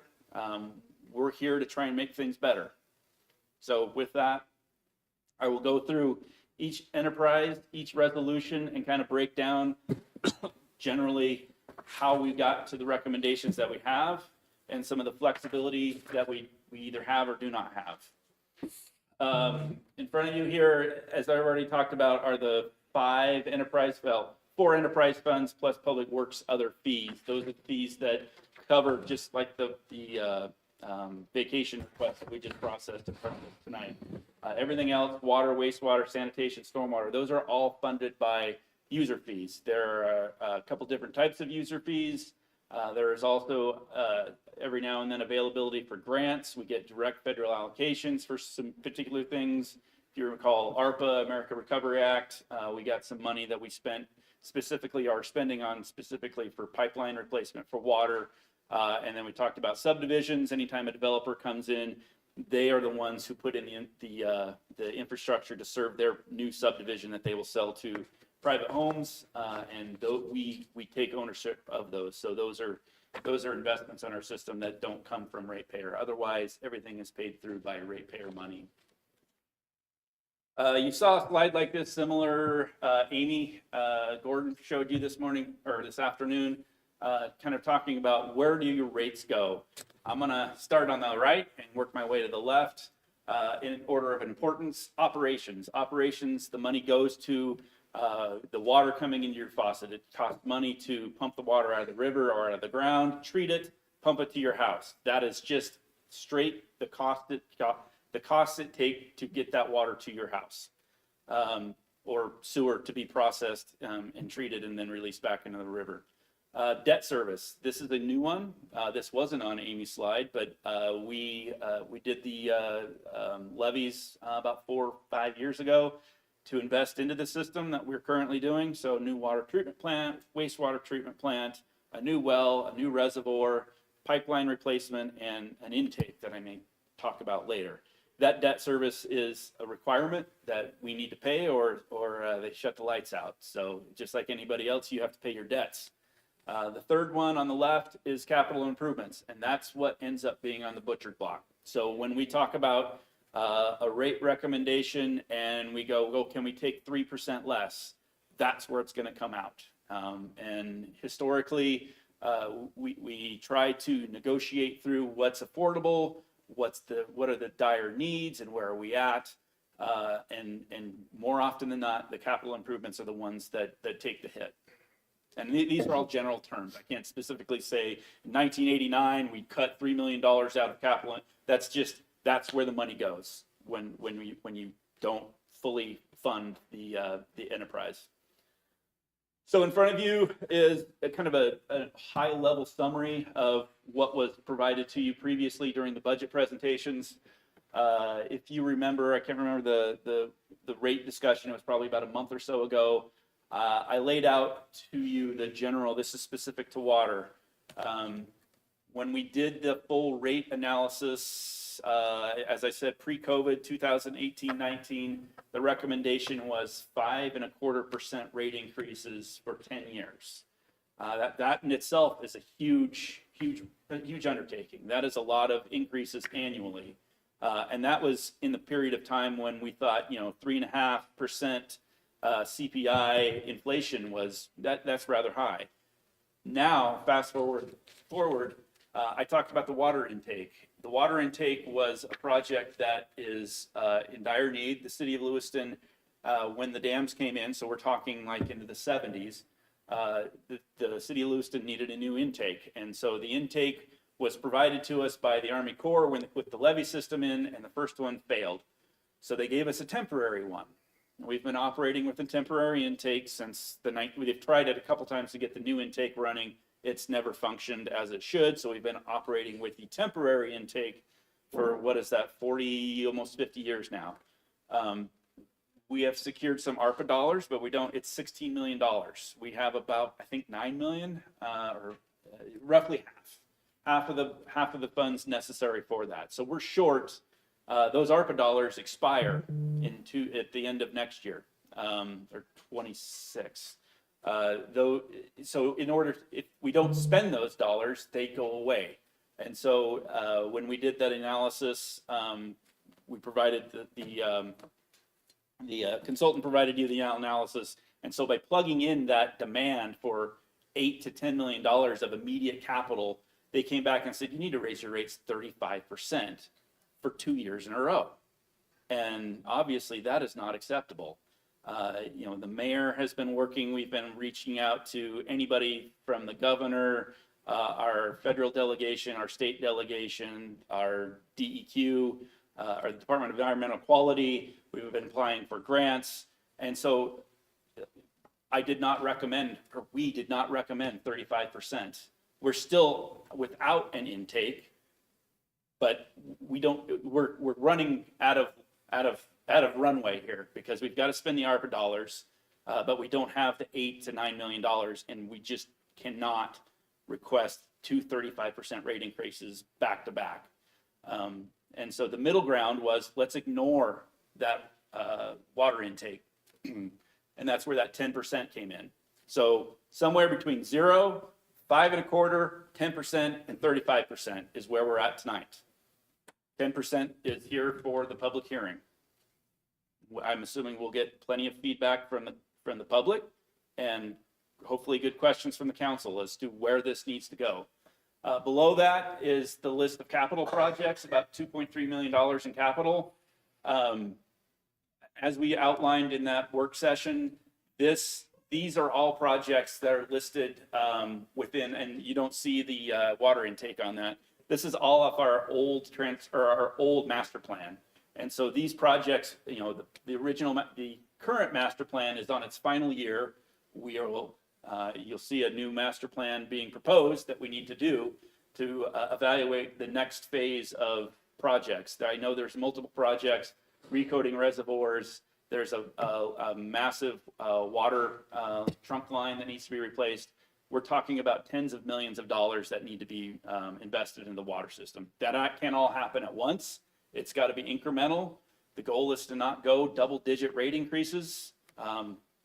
But at this point tonight, it's a challenge to find that happy medium. I don't have that magic answer. One point of discussion that has come up continually every year, and I refamiliarize myself with, is equity buy-ins. Equity buy-ins are a single time charge to when you hook into the water system. This is for water. When you hook into the water system, you buy into the system. And I guess the best analogy that I can come up with is you live in a condominium complex and the roof is failing. And so you have 6 units and everybody's putting in $5 a month for a replacement of the roof. And after 30 months, you all have had enough money to buy a new roof. And so you go in there, and then a new neighbor moves in and says, hey, great new roof, thanks for taking care of that. And so what equity buy-in does is to try and spread that replacement cost to new people who may not have invested. So there's ratepayers that have been in the system for 50 years and have paid for all of the improvements and replacement within the system. A new person buys into it. This is a very common practice in every place I've ever seen. And people see it. I'm not. People look at it and say, "Well, welcome to Lewiston. Here's a bill for $3,218 to use your water system. Is that the best way to greet development?" I don't have an answer. I'm telling you, if you go to Post Falls, you go to Meridian, you go to Boise, you go to Coeur d'Alene, you're going to pay more than what Lewiston is. At the time we did the study, Lewiston was the lowest, at least within the study group. I can't say they were the lowest in the state. We've been in a 5-year incremental increase. With all that being said, I ran the numbers this afternoon. For water, the revenue for equity buy-ins is anywhere from 0.5% to 1% of our revenue. It doesn't make a huge bit of difference. Currently, last year we collected 68,000, the year before 25,000, the year before 58,000. So in the big scheme of things, when you're running a budget revenue of 5 million, 6 million, 7 million, it doesn't amount to a lot of money. So we can have a larger discussion about it. You can not adopt them, you can adopt them. I'm indifferent to it. There's bigger things that we should be probably addressing tonight, but equity buy-ins is something that we have received a lot of conversation. Water miscellaneous fees, so these are just tapping charges, hydrant uses, inspection, testing. There's a charge for additional charges if you're receiving service outside the city limits. Again, ran the numbers on that. We're less than 0.5% of revenue. So these were just matched to, I think, CPI, not a huge increase, but to try and keep, all we're trying to do on these charges is to cover our time and materials, and we just do our best to do that. Moving on, wastewater. So wastewater is a utility. So as I said, the news is, we've covered the worst news. It only gets better from here, if that makes you feel any better. Wastewater is in a situation where there's a large backlog of projects, but also there's a large backlog of revenue that we're sitting on. There's multiple projects that were phased into the wastewater treatment plant, the headworks and the admin office upgrades, a lot of pipeline replacement, stuff that's achievable. We just ran into a lot of, if you've noticed in the valley, there's been a lot of contractors, a lot of road work, a lot of pipe work. It's just trying to get all these projects out at the time in a timely manner. And so we got a little backlog on wastewater. So yes, there are a lot of projects. You'll see a lot of capital on that. But you'll also see that there's a lot of reserves that are dedicated to these projects. And so a 5% rate increase is what was recommended. And a lot of that is to just cover what was projected early 2018. It's just not projected to cover those same costs in 2024. And that's basically the world that we're living in. You see everything, the equipment that we use, the pipe that we use, everything that we use is impacted by everything that you use at your house: gas, power, labor, material, equipment. Those are all the things that we use. And so I don't want to have to raise rates, but I also don't have buckets of money to offset when our power bill goes up, or our chemical costs for treating the waste. Those things all impact our budget and our bottom line. Equity buy-ins, the same story with wastewater. Wastewater is just slightly unique in that since we have 2 sewer districts in town, there is a separate component for the treatment. So regardless if you are in LOSD or COSD, your waste still goes to the wastewater treatment plant. So everybody in the city of Lewiston is charged for the treatment component of the equity buy-in. If you're in COSD, LOSD, they manage those. And so you if they have them, I don't know, but you wouldn't pay that for transmission of the pipe component. So that's why there's 2 separate ones for that. Sanitation rates, sanitation does not have equity buy-in because they're garbage trucks and they pick it up and go to a landfill. Sanitation is the most unique utility that we operate in that it is almost exclusively contracted out. We only have 4 employees that are dedicated solely to sanitation, and they work at the transfer station. We have generally a smaller overhead than all of the other utilities. We have the same amount of revenue generally. We have a lot of revenue coming in, but we pay Soton County for the landfill. We pay Sunshine Disposal to pick it up. We pay Clearwater Compost for the yard waste and all that stuff. But we don't have to manage those capital improvements. What is unique about this year is our small little bit of the transfer station has the road is failing and then some equipment is failing. And so a 2% general rate increase is being proposed just because of, as I said, all the expenses that have been building up over the last couple of years without catching up. I think I know for a fact, last year we did 0%. And so this is more of a catch up with costs. There's a couple other fees to just address. There's a contractor rate that changed from Sunshine Disposal, and then where we dispose our tires tripled from $5 to $15. And so we're passing that on. Stormwater is the newest, Stormwater is the newest utility and enterprise fund. It went in effect January 1 of this year. We have no history. We have no capital built into it yet. We're still building the funds up. We have a lot of reporting and a lot of basically housekeeping to get in order. So there's no reason for us to do anything with the rates other than there's a few things. We tweaked the rates on the fly, if you remember at the public hearing, and some of the math didn't get carried forward. So we're just correcting some of those corrections that needed to be adjusted from the old rates. So nothing significant on there. So stormwater stays the same. This is the slide that gets the most attention every year. I've been doing it for 4 or 5 years now. Top line is your standard utility ratepayer. I am not going to tell you, full disclosure, I'm not telling you this is everybody's utility bill. If you're a mom and pop and you take regular showers and regular irrigation, this is probably in the neighborhood of what you would pay. If you have 4 kids and you have a giant yard, you're not going to consume 500 cubic feet of water. You're going to be more than that. But I tried to do my best to just kind of give you an idea of what these fee changes would do to your monthly bill. You can look through 3/4 inch meter, 500 cubic feet of water consumed, going all the way down your 64-gallon cart, your flat rate for wastewater, and then assuming that you're in service area 1, which is the more expensive service area for stormwater, your bill generally would go from $131.22 to $140.39. If you are eligible for the utility assistance program, the same assumptions go down the line. Your monthly bill would go from roughly $103.68 to $110.20.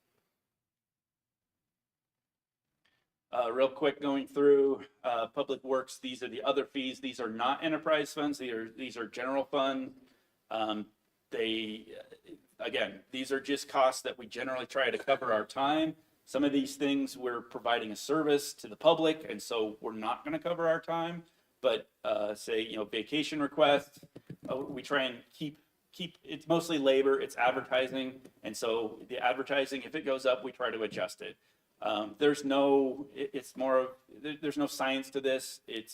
We look at it and we say, oh, we're spending way more time on this, so we should probably raise the rates up. Every year or two, I don't know that we did it much this year. We try and do just like a analysis of how much time did we spend on this and how much did we collect on that. And generally that helps educate us. Is this something that we're providing to the public for the benefit of the public, or is this something that we're providing as a service to a user? And so we adjust these.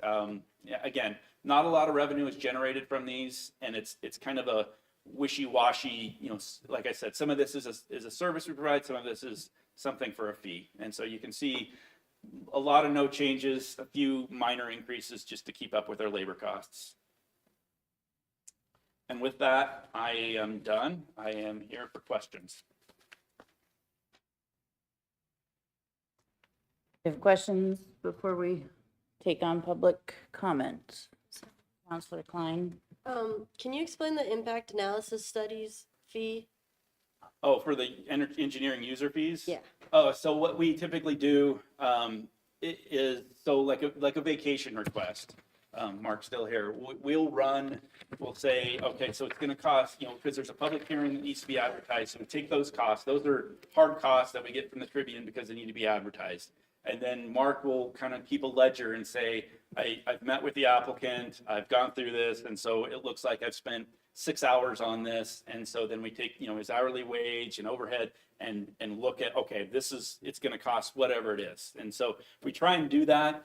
The vacation ones are probably the more easier ones because that is an application where somebody's coming and they're getting benefit out of it. A lot of it, a lot of what we do is just provide a service. Somebody is asking a question about a subdivision that was platted in 1960.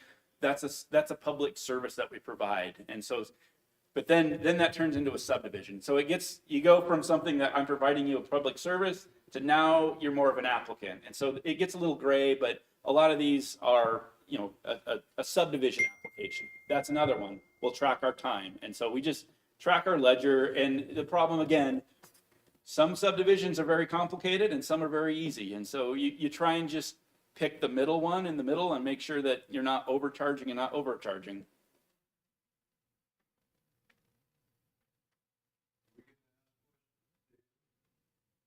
You have Councilor Spigelmeier? Director, so how does the city of Lewiston's water compare to LOID? I don't know what LOID is right now. I know they're considerably, I shouldn't say considerably, they're lower than us. I talk with Barney quite frequently. If there's any Lloyd customers in here, they might know better than I do. I was wondering because I live in the Orchards and I know that in ours, every year has been increasing 3 to 5%. And I was just curious how close we were overall.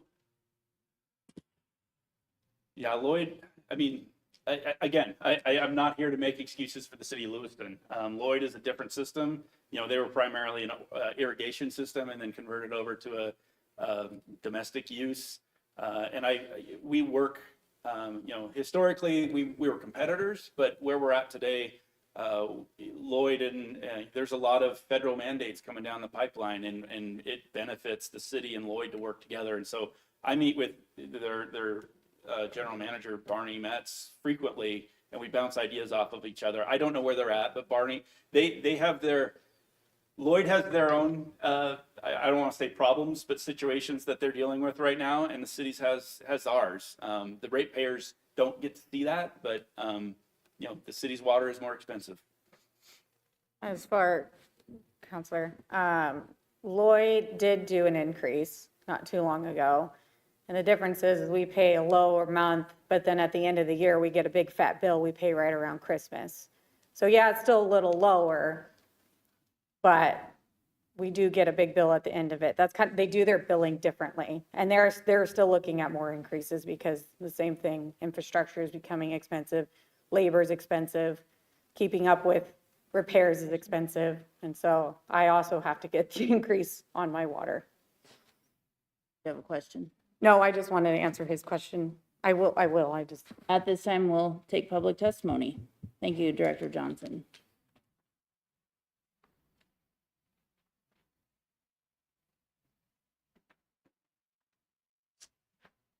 Hi, my name is Brian Hensley. I live in Lewiston. I'd like to talk about reality here.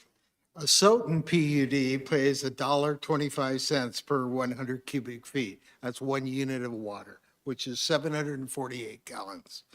The city currently, and that's less than half of the population of the city of Lewiston, pays $3.27. So if you increase it 10%, water will cost about $3.60 per unit versus $1.25 for a Stoughton PUD. That's significant. Lloyd, people up there do not pay any meter fees, and they pay $2.82 for a unit of water. There's actually only one fee, utility fee, that the entire city pays the same rates, and that's sanitation. Sewer is less expensive in the orchards, particularly in the central sewer district. And that's where all the growth is that you were seeing out there. That's where it's all at. They don't pay any meter fees. They pay less for their sewer. So you can see that people are choosing to move out there because it's less expensive. So I just can't believe that the city is nearly 3 times the amount for water than Stoughton County, which is a PUD, a public utility district. Why is that? And by the way, transferring money from one fund to another to one entity has already been done by this council, where they took sanitation money and paid for this library right here. That was transferred out of sanitation. And that, that's history. That's what happened. In my conclusion, I just think when you guys raise the rates, you think about it, you're only raising the rates for 15,000, 16,000 people. The rest are living in the orchards, and that's the majority of this city. Thank you very much.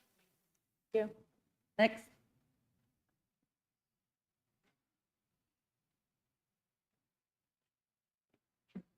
My name is Mark Edelblut, and I've been a frequent complainer about water because I've lived here all my life. And just like this $35 plus a month meter fee that we pay, okay? Obviously, it doesn't cost that much for the meter, but this fee came into being because when the city passed a bond for this new water treatment plant, okay, this, $30 million bond, right? $30 million bond, okay. For one thing, in the late 90s, when Jeff Nessett was on the city council and was the mayor, acting mayor, whatever you call yourself when it's the city manager form of government, the city started raising water rates to set aside money to rebuild that water treatment plant. After 20 plus years, Chris Davies informed me that there was this much money in that.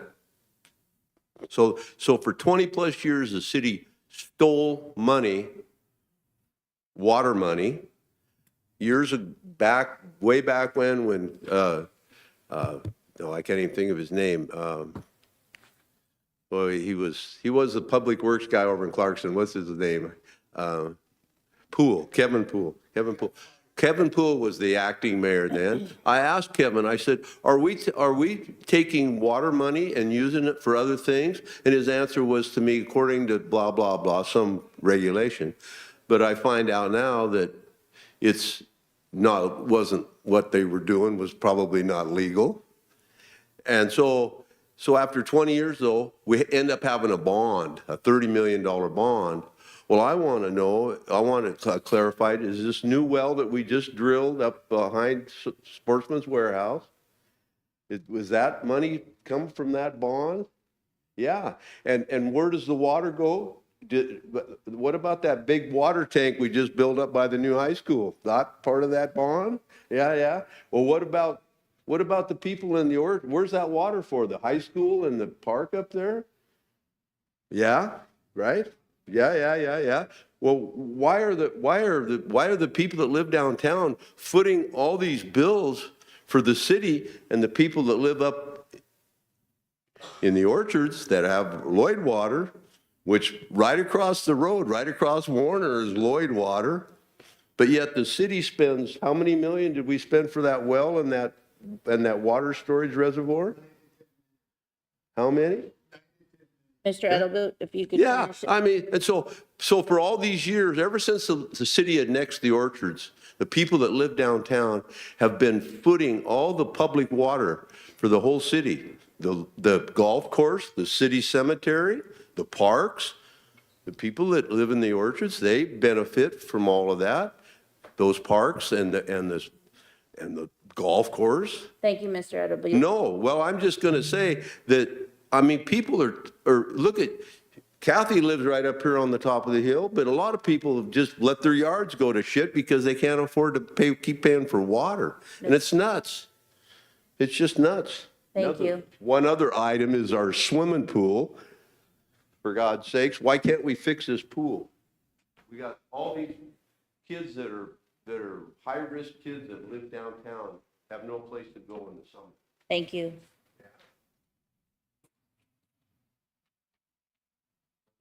Jenny Peterson, I live in Lewiston, and I definitely am opposed to the water increase. I hear no talk about any kind of conservation methods.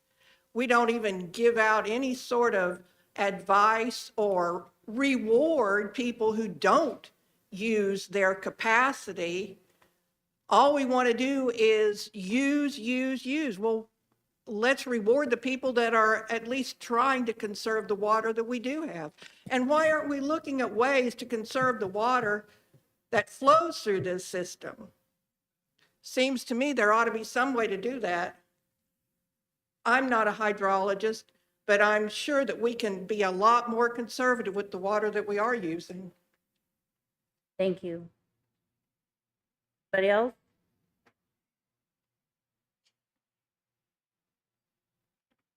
My name's Dave Gallantomini, and I live in Lewiston, and I have a question. Maybe you can answer it. Traffic impact fees, new. What are they, and what is the amount that the fee is going to be? Sir, we're in the middle of a public hearing specific to the water fees, so we can't. But that was mentioned in Okay, this. so do you want to, okay. I'm just trying to stay focused on what we're doing, but go ahead.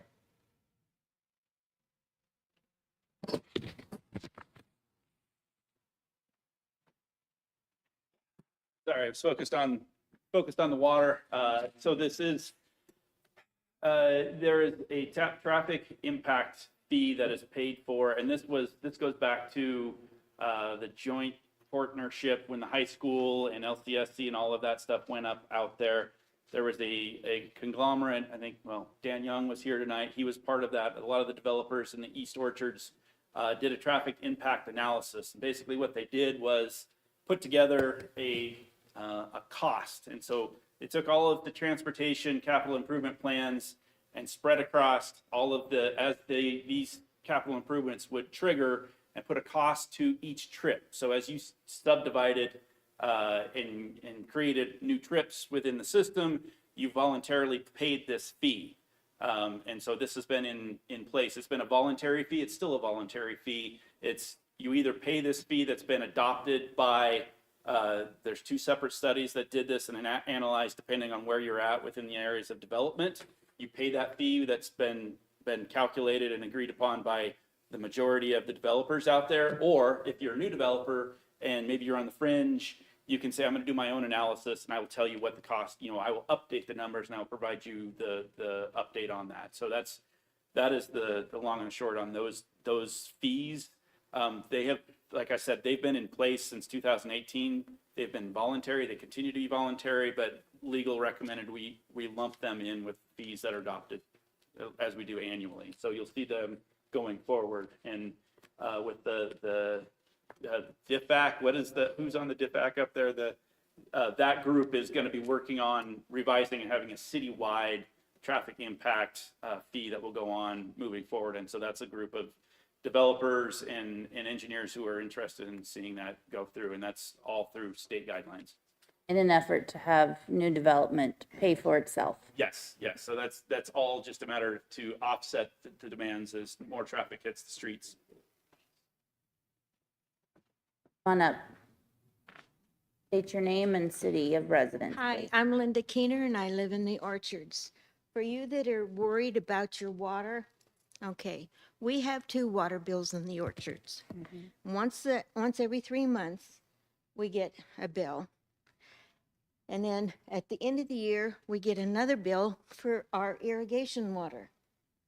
Okay, we have an acre property and our irrigation bill is $596 a year.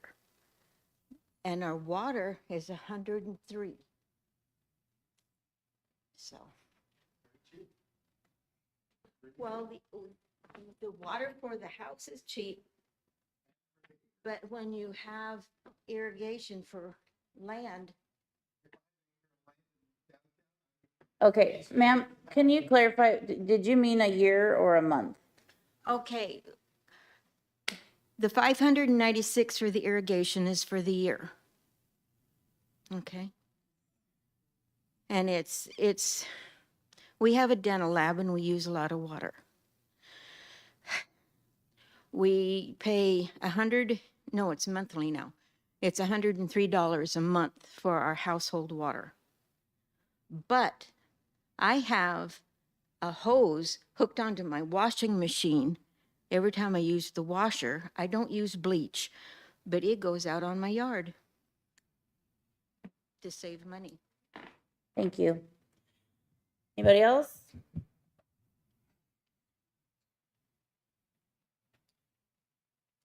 Hello, I'm Brandon. I'm the general manager of Clearwater Composting. I think it's easy to get focused on the parts with a little more friction.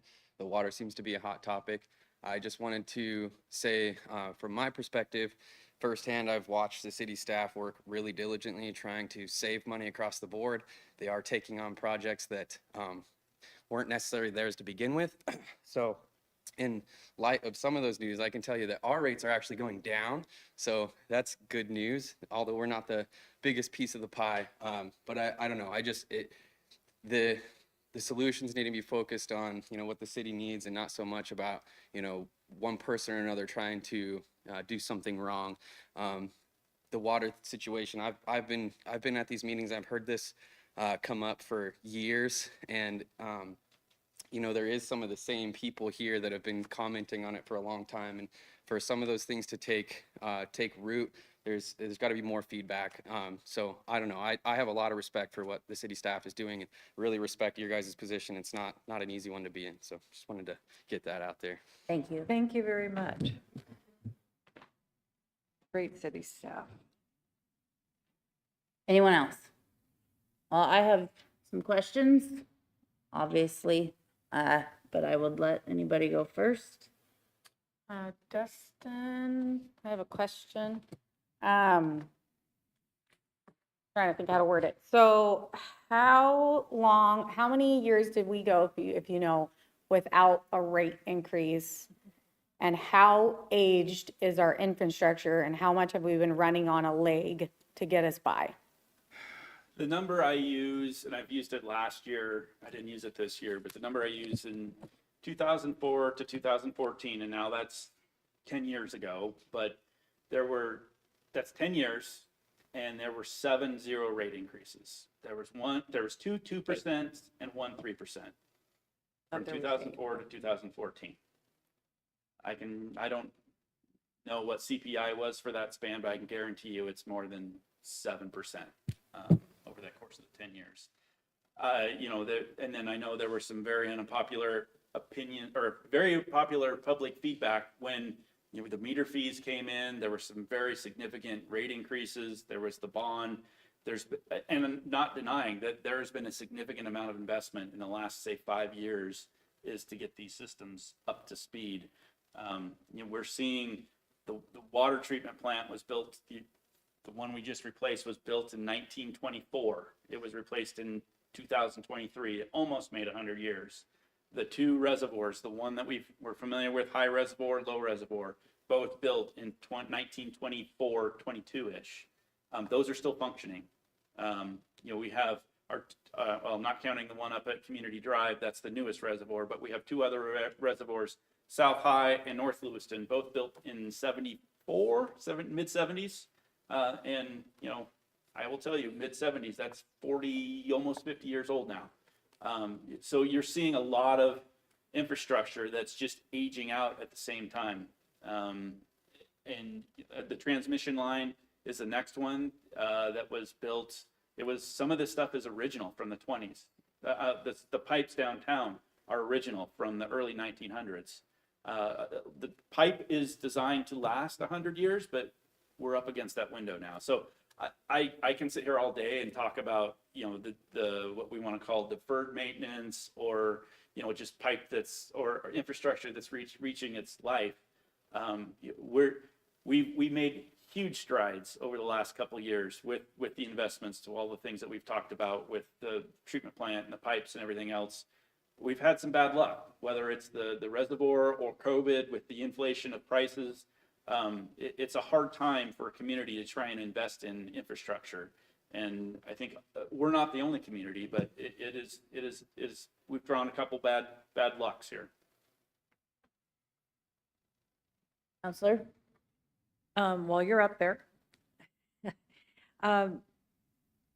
Lewiston is really quite a unique city, because of all the levels that we have to push water up, correct? Yeah, Lewiston has got a very complicated, and I'm not trying to make it, oh, poor me, we run a hard, it takes electricity, power, whatever, to run water up the hill. And when you step it up, it costs money to do that. Then you've got to store it. A lot of there was the talk about Well 7 and Community Drive Reservoir. Lewiston, as I said, the two biggest reservoirs, that's roughly 8 to 9 million gallons of stored water. That is at kind of the same elevation of Joe Hall Ford and Toyota right there.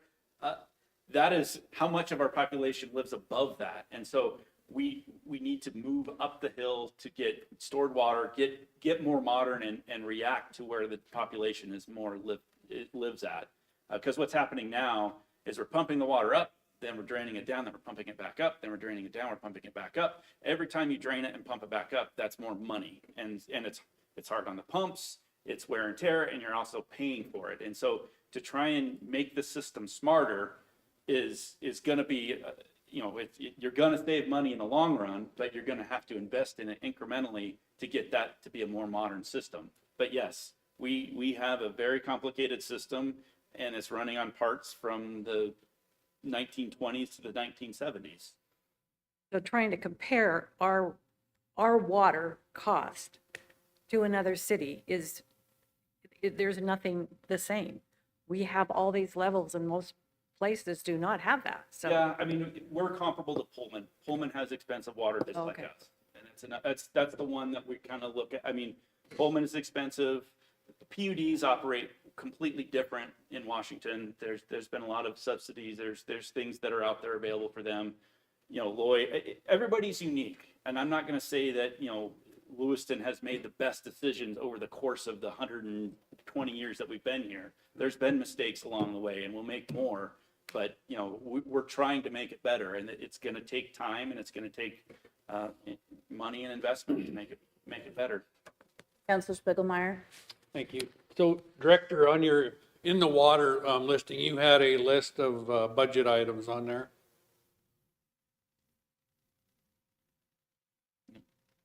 Yeah. So in this list, if this increase was reduced to 5%, what would we not accomplish? I've thought about that. It would more than likely be pipeline replacement, because that's the bottom $1.5 million. The pickup, I don't care about a pickup. The purchase of the Vector, we talked about that at the work session. That's just, we're buying a used piece of equipment because we have a lead copper mandate that we need this piece of equipment for. That doesn't, we'll still do that one. The one that I'm most concerned about, short-lived assets is a program that we use. Those are like valves, something that is replaceable, but it's not consumable. So valves, fittings, things like that. Those are kind of operational. So that's going to be an expense that we have to do. And then the master plan is one that we would have to do.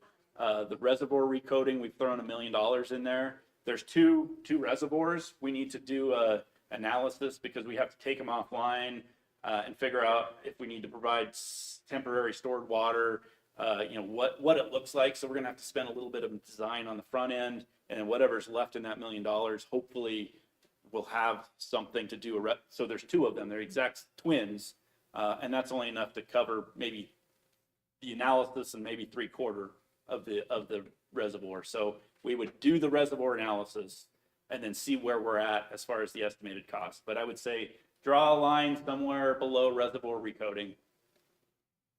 Follow up. And then with that, when you had your general increase that showed, you know, the usage of 500 cubic feet and all that, it was an increase of about 10, what was it, a month? I think it was $9, with all the utilities included. I think I ran the math today. It was $9 and $9.50. That'd be a small household for 500. Yeah, that would, be probably a.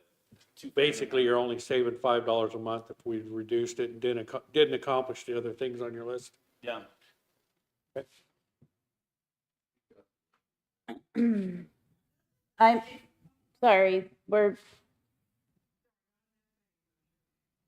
sorry, we need to run the meeting correctly, because we don't want anybody causing any meeting complications that would lead to more taxpayer dollars spent in the courtroom. So we're gonna run this meeting appropriately.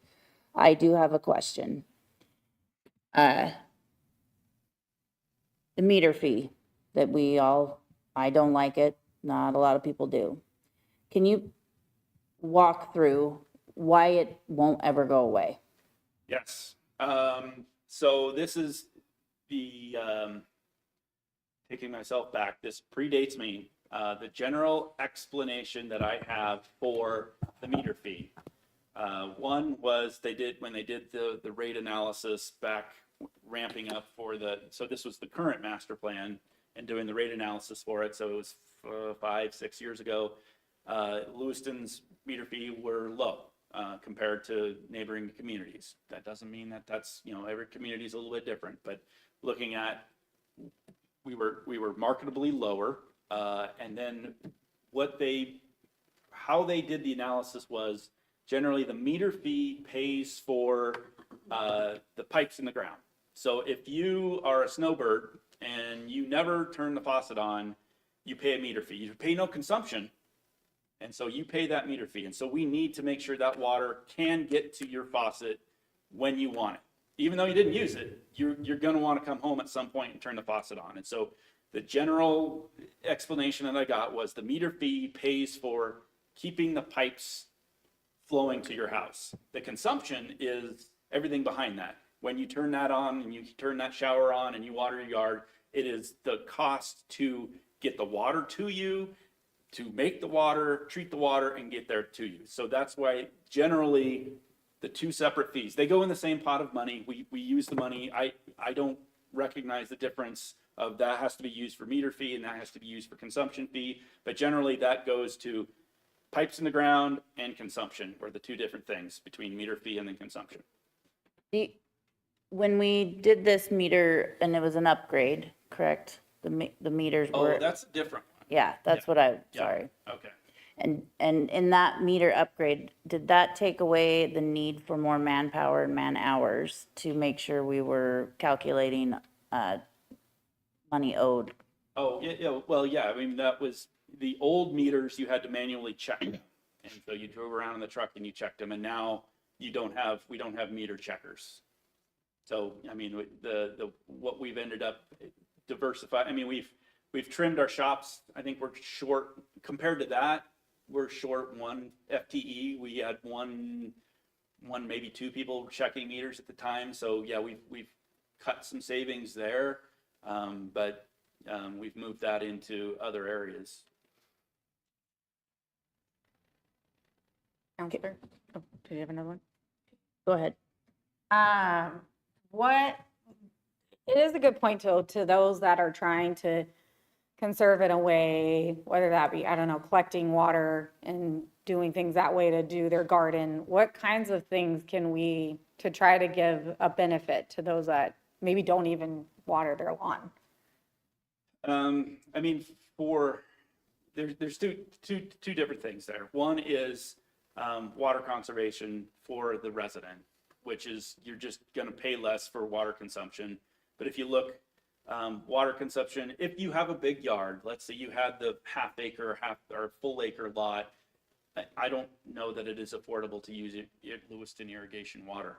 I mean, I'm flat out, if you have that big of a lot, we don't, in our area, we don't have a lot of those big lots, but there are people who have very nice landscaping and spend a lot of money, and their bill is probably $100 to $200 a month for irrigation in the summer. That's what it is. I'm not gonna tell you, is it more? You're a little short. Is there, Okay. is there any statute or code restrictions keeping people from using things like rain barrel and other water conservation methods in our town? Yeah, there's a difference in, so what, you see a lot of towns in the American West that have incentive programs, low flow toilets, shower heads, rain barrels, all of those things. That is source water. And so if you live in a high area desert, you don't have water rights. And so it is better for the city to sell you less water because they don't have it to sell you.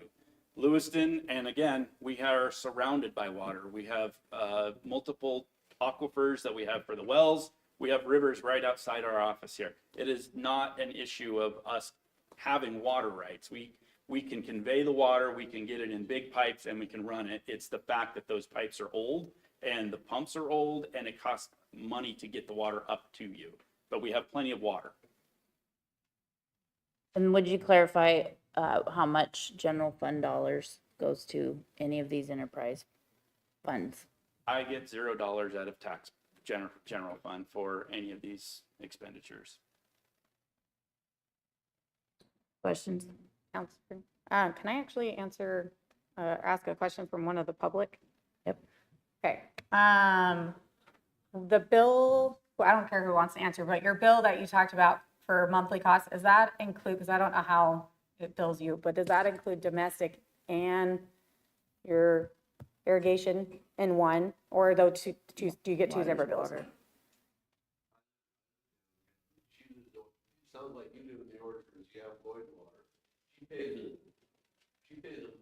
just an annual fee Right, for irrigation water. Mm-hmm. And then pays for my, in the winter time, when I'm not irrigating my yard. But I'm the single person in my water bill, about $100 a month for water. Okay, whatever. For house water. So, but in the summertime, go a little garden, and I've got landscaping, I've got rhododendrons and dogwood trees, and they gotta have water. It's not desert plants. And so, in the summertime, I had one $400. So, it gets kind of crazy, and I have sprinklers. Of course, last year we get a good unit of sprinklers, so you use more water. And I just let my lawn burn up.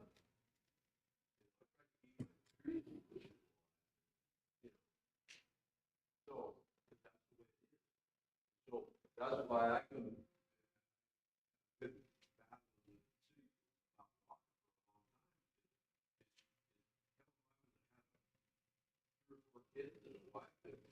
Everybody taking a bath every day and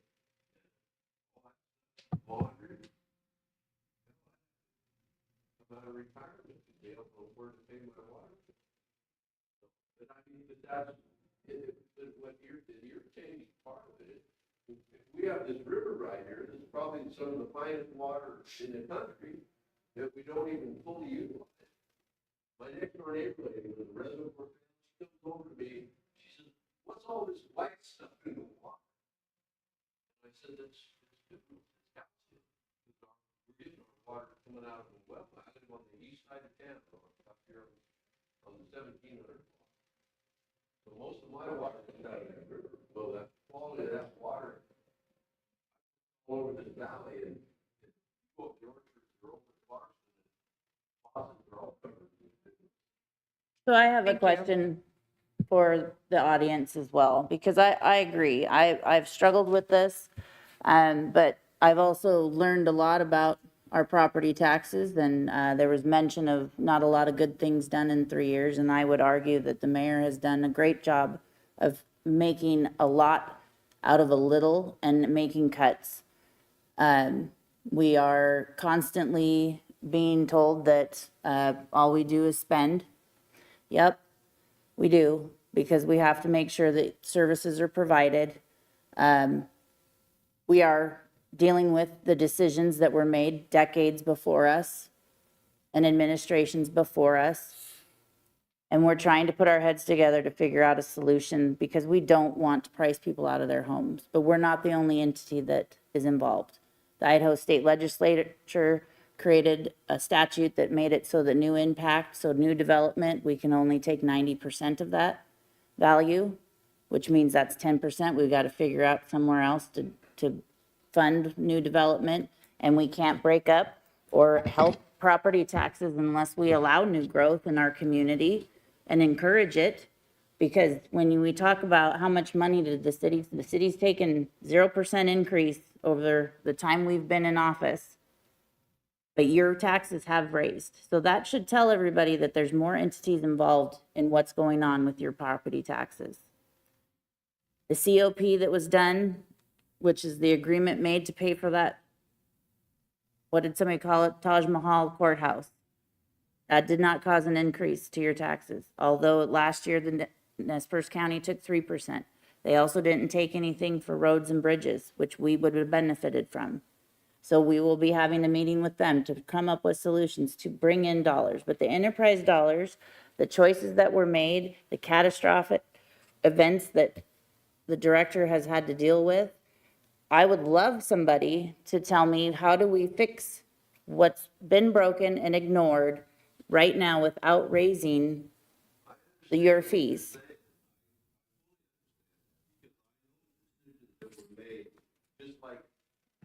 Just like from the 90s, all this money that was supposed to be there for our water treatment plant, it's not there. So my next question is, do you understand what we're faced with?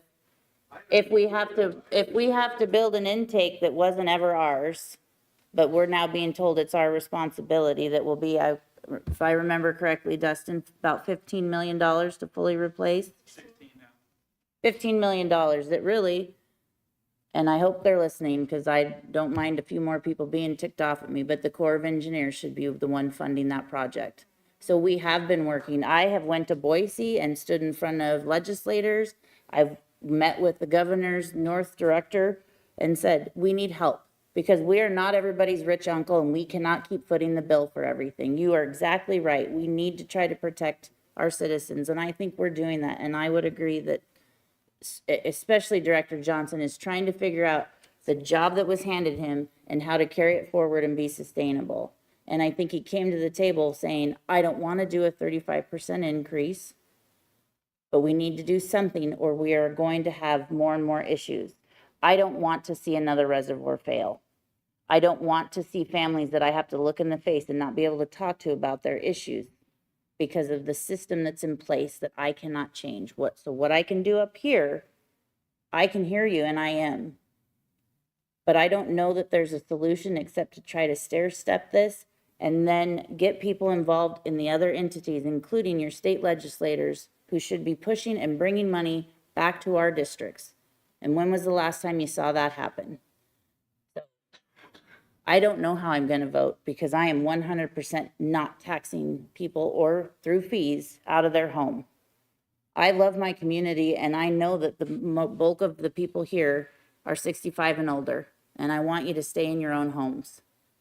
Literally my day job. And now it's this job.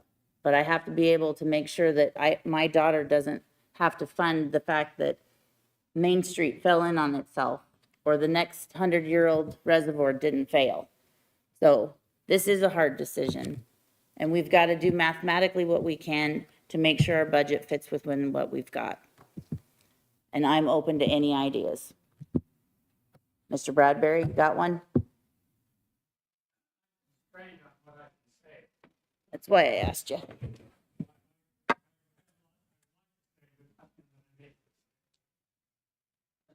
I'm not ready to speak to you about this subject unless you're lawyers.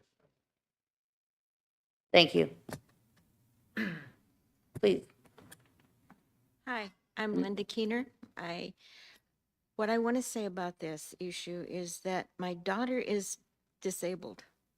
Avista has taken all of her monthly payments and figured it out, divided it by 12, and that's her monthly payment. Why can't that be done for people that have the higher bills in the summer? Why can't you take all of the monthly bills, total it up, divide it by 12, and that's their bill? I like that. Thank you. Yeah, that's not a bad idea. Is there no other questions from the council? I'm going to close this public hearing. Thank you.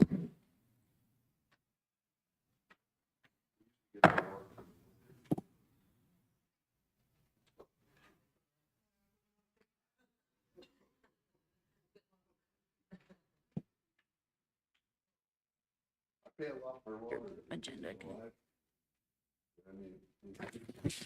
All right, moving on.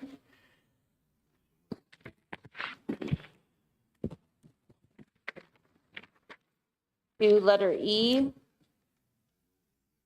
that where I'm at? Is that where we're at? Tanya? Okay. Thanks, Jennifer. Resolution 2024-20, considering restating, amending, and removing fees for water effective October 1, 2024. This is an action item, and I would accept a motion. You.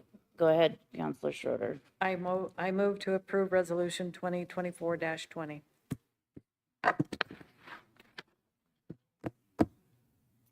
Been moved. Do I have a second? It- Been a second. Is there discussion? I will comment. I have rentals in the area, and so I have a bunch on, a few of them on Normal Hill, in downtown. I pay about $400 a month for each of those units and just in water. So I appreciate, like, I see these fees. I don't want to pay them either. But I'm paying $100 more per unit in Orfino right now for those units. So we are cheaper. We're cheaper than Orfino. I would just, again, say that this,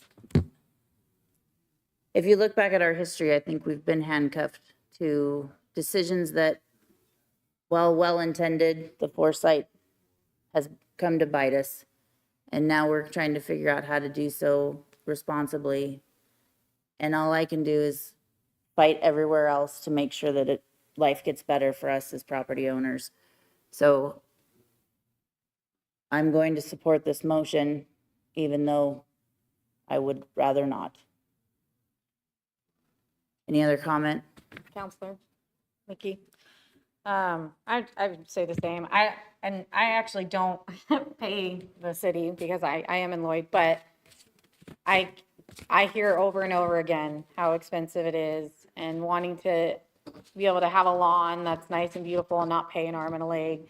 And I totally am understanding it. That's what makes this decision even harder because I'm not paying the same thing. So I'm not making this decision with me feeling the same pain that you guys are feeling, but I'm hearing you and I understand it. I don't want to agree to this either, but at the same time, I am concerned that our infrastructure is going to fall down, that Main Street's going to fall apart, or we're going to have another water reservoir incident. And it's just, how long can we kick the can down the road before it bites us in the butt? And if we've learned anything, it costs more money when we let something fail than when we do maintain it. And we've learned that from the reservoir. It's costing us more money, but if we had been able to have that not fail and we could have just kept, maintained that, then maybe we would have been better off. But it's just hard. It's a hard decision all around. But we want to make sure if we have our kids be able to grow up here and stay here, that they also don't have to then continue to foot this bill and continue to have things falling apart around them. Costs are expensive everywhere. No matter where you go, everything's expensive. It's getting harder and harder for families, especially families with kids, to pay their bills, to pay their mortgages. It's young kids starting out, and so again, my point is I hear you guys, and I don't want to make this decision. I don't want to have, and every time we go to a meeting, we're hearing about something's falling apart and we need to pay for it. So this is not a fun position that we're in right now. But we have to look beyond today and look into the future, and what are we going to do to make sure that we withstand as a city. And I think to do that, we need to make sure that we're putting the money into it. And as far as I understand it, once we get to have our infrastructure up to date, we can start lowering these fees and be steady out again, and we're not trying to play catch up anymore. I just don't want to continue to play catch up. Clerk Brockie? Counselor Forsman, Aye. Counselor Schroeder, Aye. Counselor Lidke, Aye. Counselor Klein, Aye. Counselor Spickelmeyer. Aye. Thank you, council.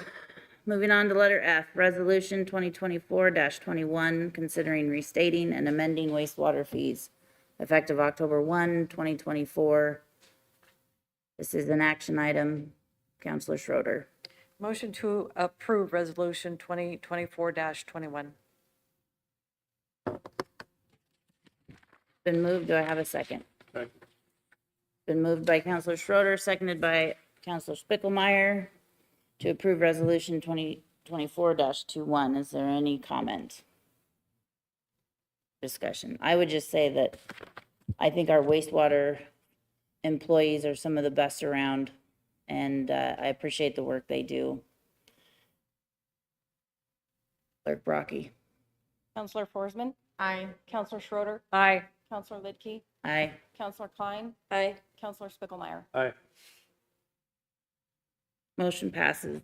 Moving on to letter G, Resolution 2024-22, considering restating and amending fees for solid waste, yard waste, and recycling effective October 1, 2024. This is an action item. Counselor Schroeder. Motion to approve Resolution 2024-22.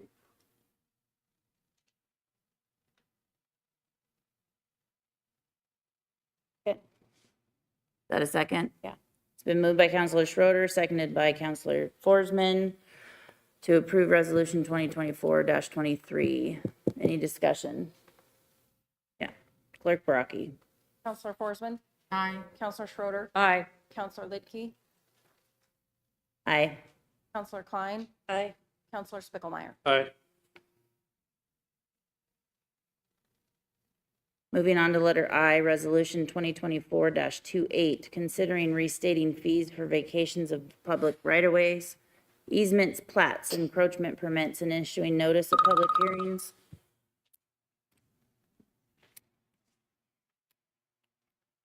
Oh, I lost my place. I believe we're actually on item H. Oh, I was thinking. I know my alphabet, I promise. I lost my place for a reason.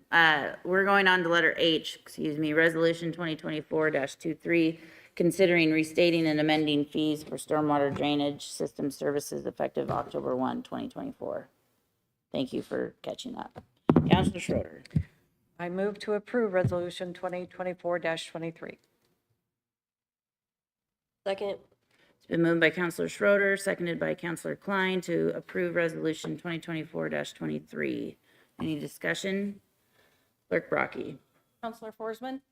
Aye. Counselor Schroeder, Aye. Counselor Lidke, Aye. Counselor Klein, Aye. Counselor Spickelmeyer. Aye. Motion passes. Now moving on to letter I. Resolution 2024-28, considering restating fees for vacations of public rights-of-way, easements, plats, encroachment permits, and issuing notice of public hearings on vacation applications, restating and amending right-of-way permits, subdivision filings, establishing fees for voluntary traffic impact analysis areas, restating fees for applications for wireless communication facilities located in the public right-of-way, appeals of written order or decisions of the Public Works Department or Public Works Director, and fees for parade and public assembly applications. This is an action item. Counselor Schroeder. I move to approve Resolution 2024-28. Second. Been moved by Counselor Schroeder, seconded by Counselor Spickelmeyer to approve Resolution 2024-28. Is there any discussion? Seeing none, Clerk Brockie. Counselor Forsman, Aye. Counselor Schroeder, Aye. Counselor Lidke, Aye. Counselor Klein. Aye. Counselor Spickelmeyer. Aye. Motion passes. Moving on to Roman numeral number 6, the consent agenda. All items on the consent agenda are considered routine by the council and will be enacted by one motion. There will be no separate discussion on these issues unless the councilor so requests, in which case the item will be removed from the consent agenda and considered on the active agenda under items moved from the consent agenda. Are there any items we wish to remove? Seeing none, I would accept a motion to approve the consent agenda. I move to approve the consent agenda. Second. Been moved by Counselor Schroeder, seconded by Counselor Spickelmeyer to approve the consent agenda. Is there any discussion? Seeing none, Clerk Brockie. Counselor Forsman. Aye. Counselor Schroeder, Aye. Counselor Lidke, Aye. Klein. Aye. Counselor Spickelmeyer. Aye. Motion passes. Moving on to item number 7. Items moved from the consent agenda, there being none, we will move on to item number 8, unfinished and new business. Letter A, city councilor comments. Comments shall not be related to any item currently before the city council or an item that may come before the city council in the foreseeable future and shall be limited to comments, not discussion. Any councilor comments? Counselor Lidke.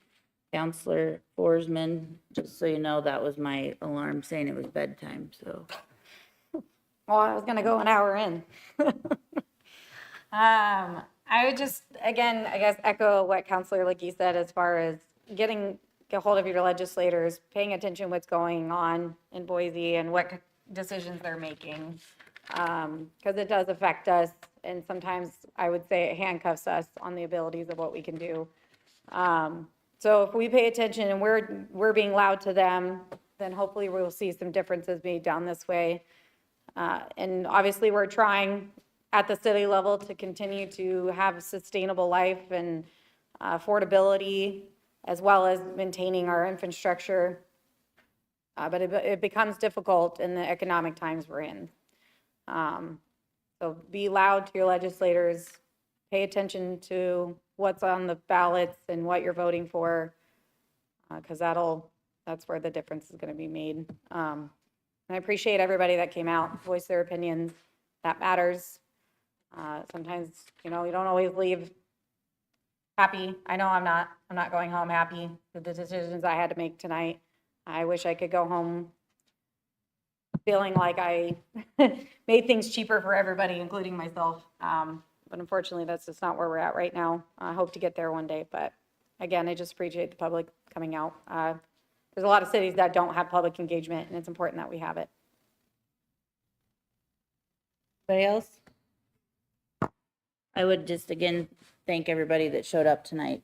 This is why government can and should work, so please continue to pay attention.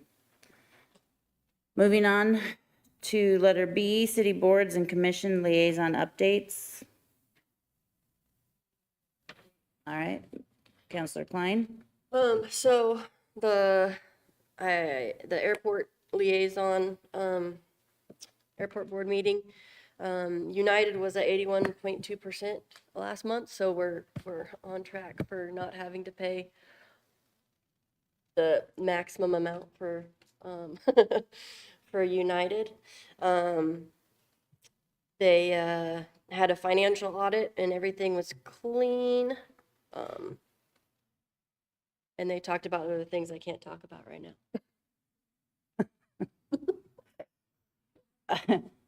I would just say again, I went to the AIC conference. A lot of things were discussed, and I would just say that we are not alone. The city across the state are struggling, and one thing is for certain, the fact that we have water is a wonderful thing that we should appreciate deeply, because they're farmers, and our state revenue is looking to be much less than originally projected, which will affect us as well. So again, we need to be paying attention. And then the DIFAC, the development impact, I think it's a wonderful addition to making sure that we are putting money where we need it to be in infrastructure. And I just, again, want to shout give a shout out to those developers that are giving up their time to put in the effort to create a program that will be beneficial and attract new growth in the city.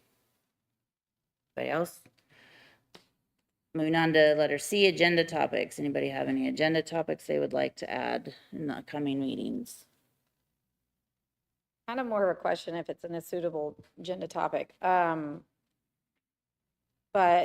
as far as breaking out, as that citizen had mentioned, breaking out a bill more evened out through the year, is that something that we need to have a discussion on, or is that just something that staff can look into? Just look Director into it? Johnson. Okay, thank you. Appreciate that. It's a solid idea. We appreciate it. Yes, thank you. All right, being no other agenda topics, I'm gonna move on to Roman numeral number 9, adjournment. Make a motion to adjourn. Second. It's been moved and seconded to adjourn. All those in favor say aye. Aye. Aye. This meeting is adjourned.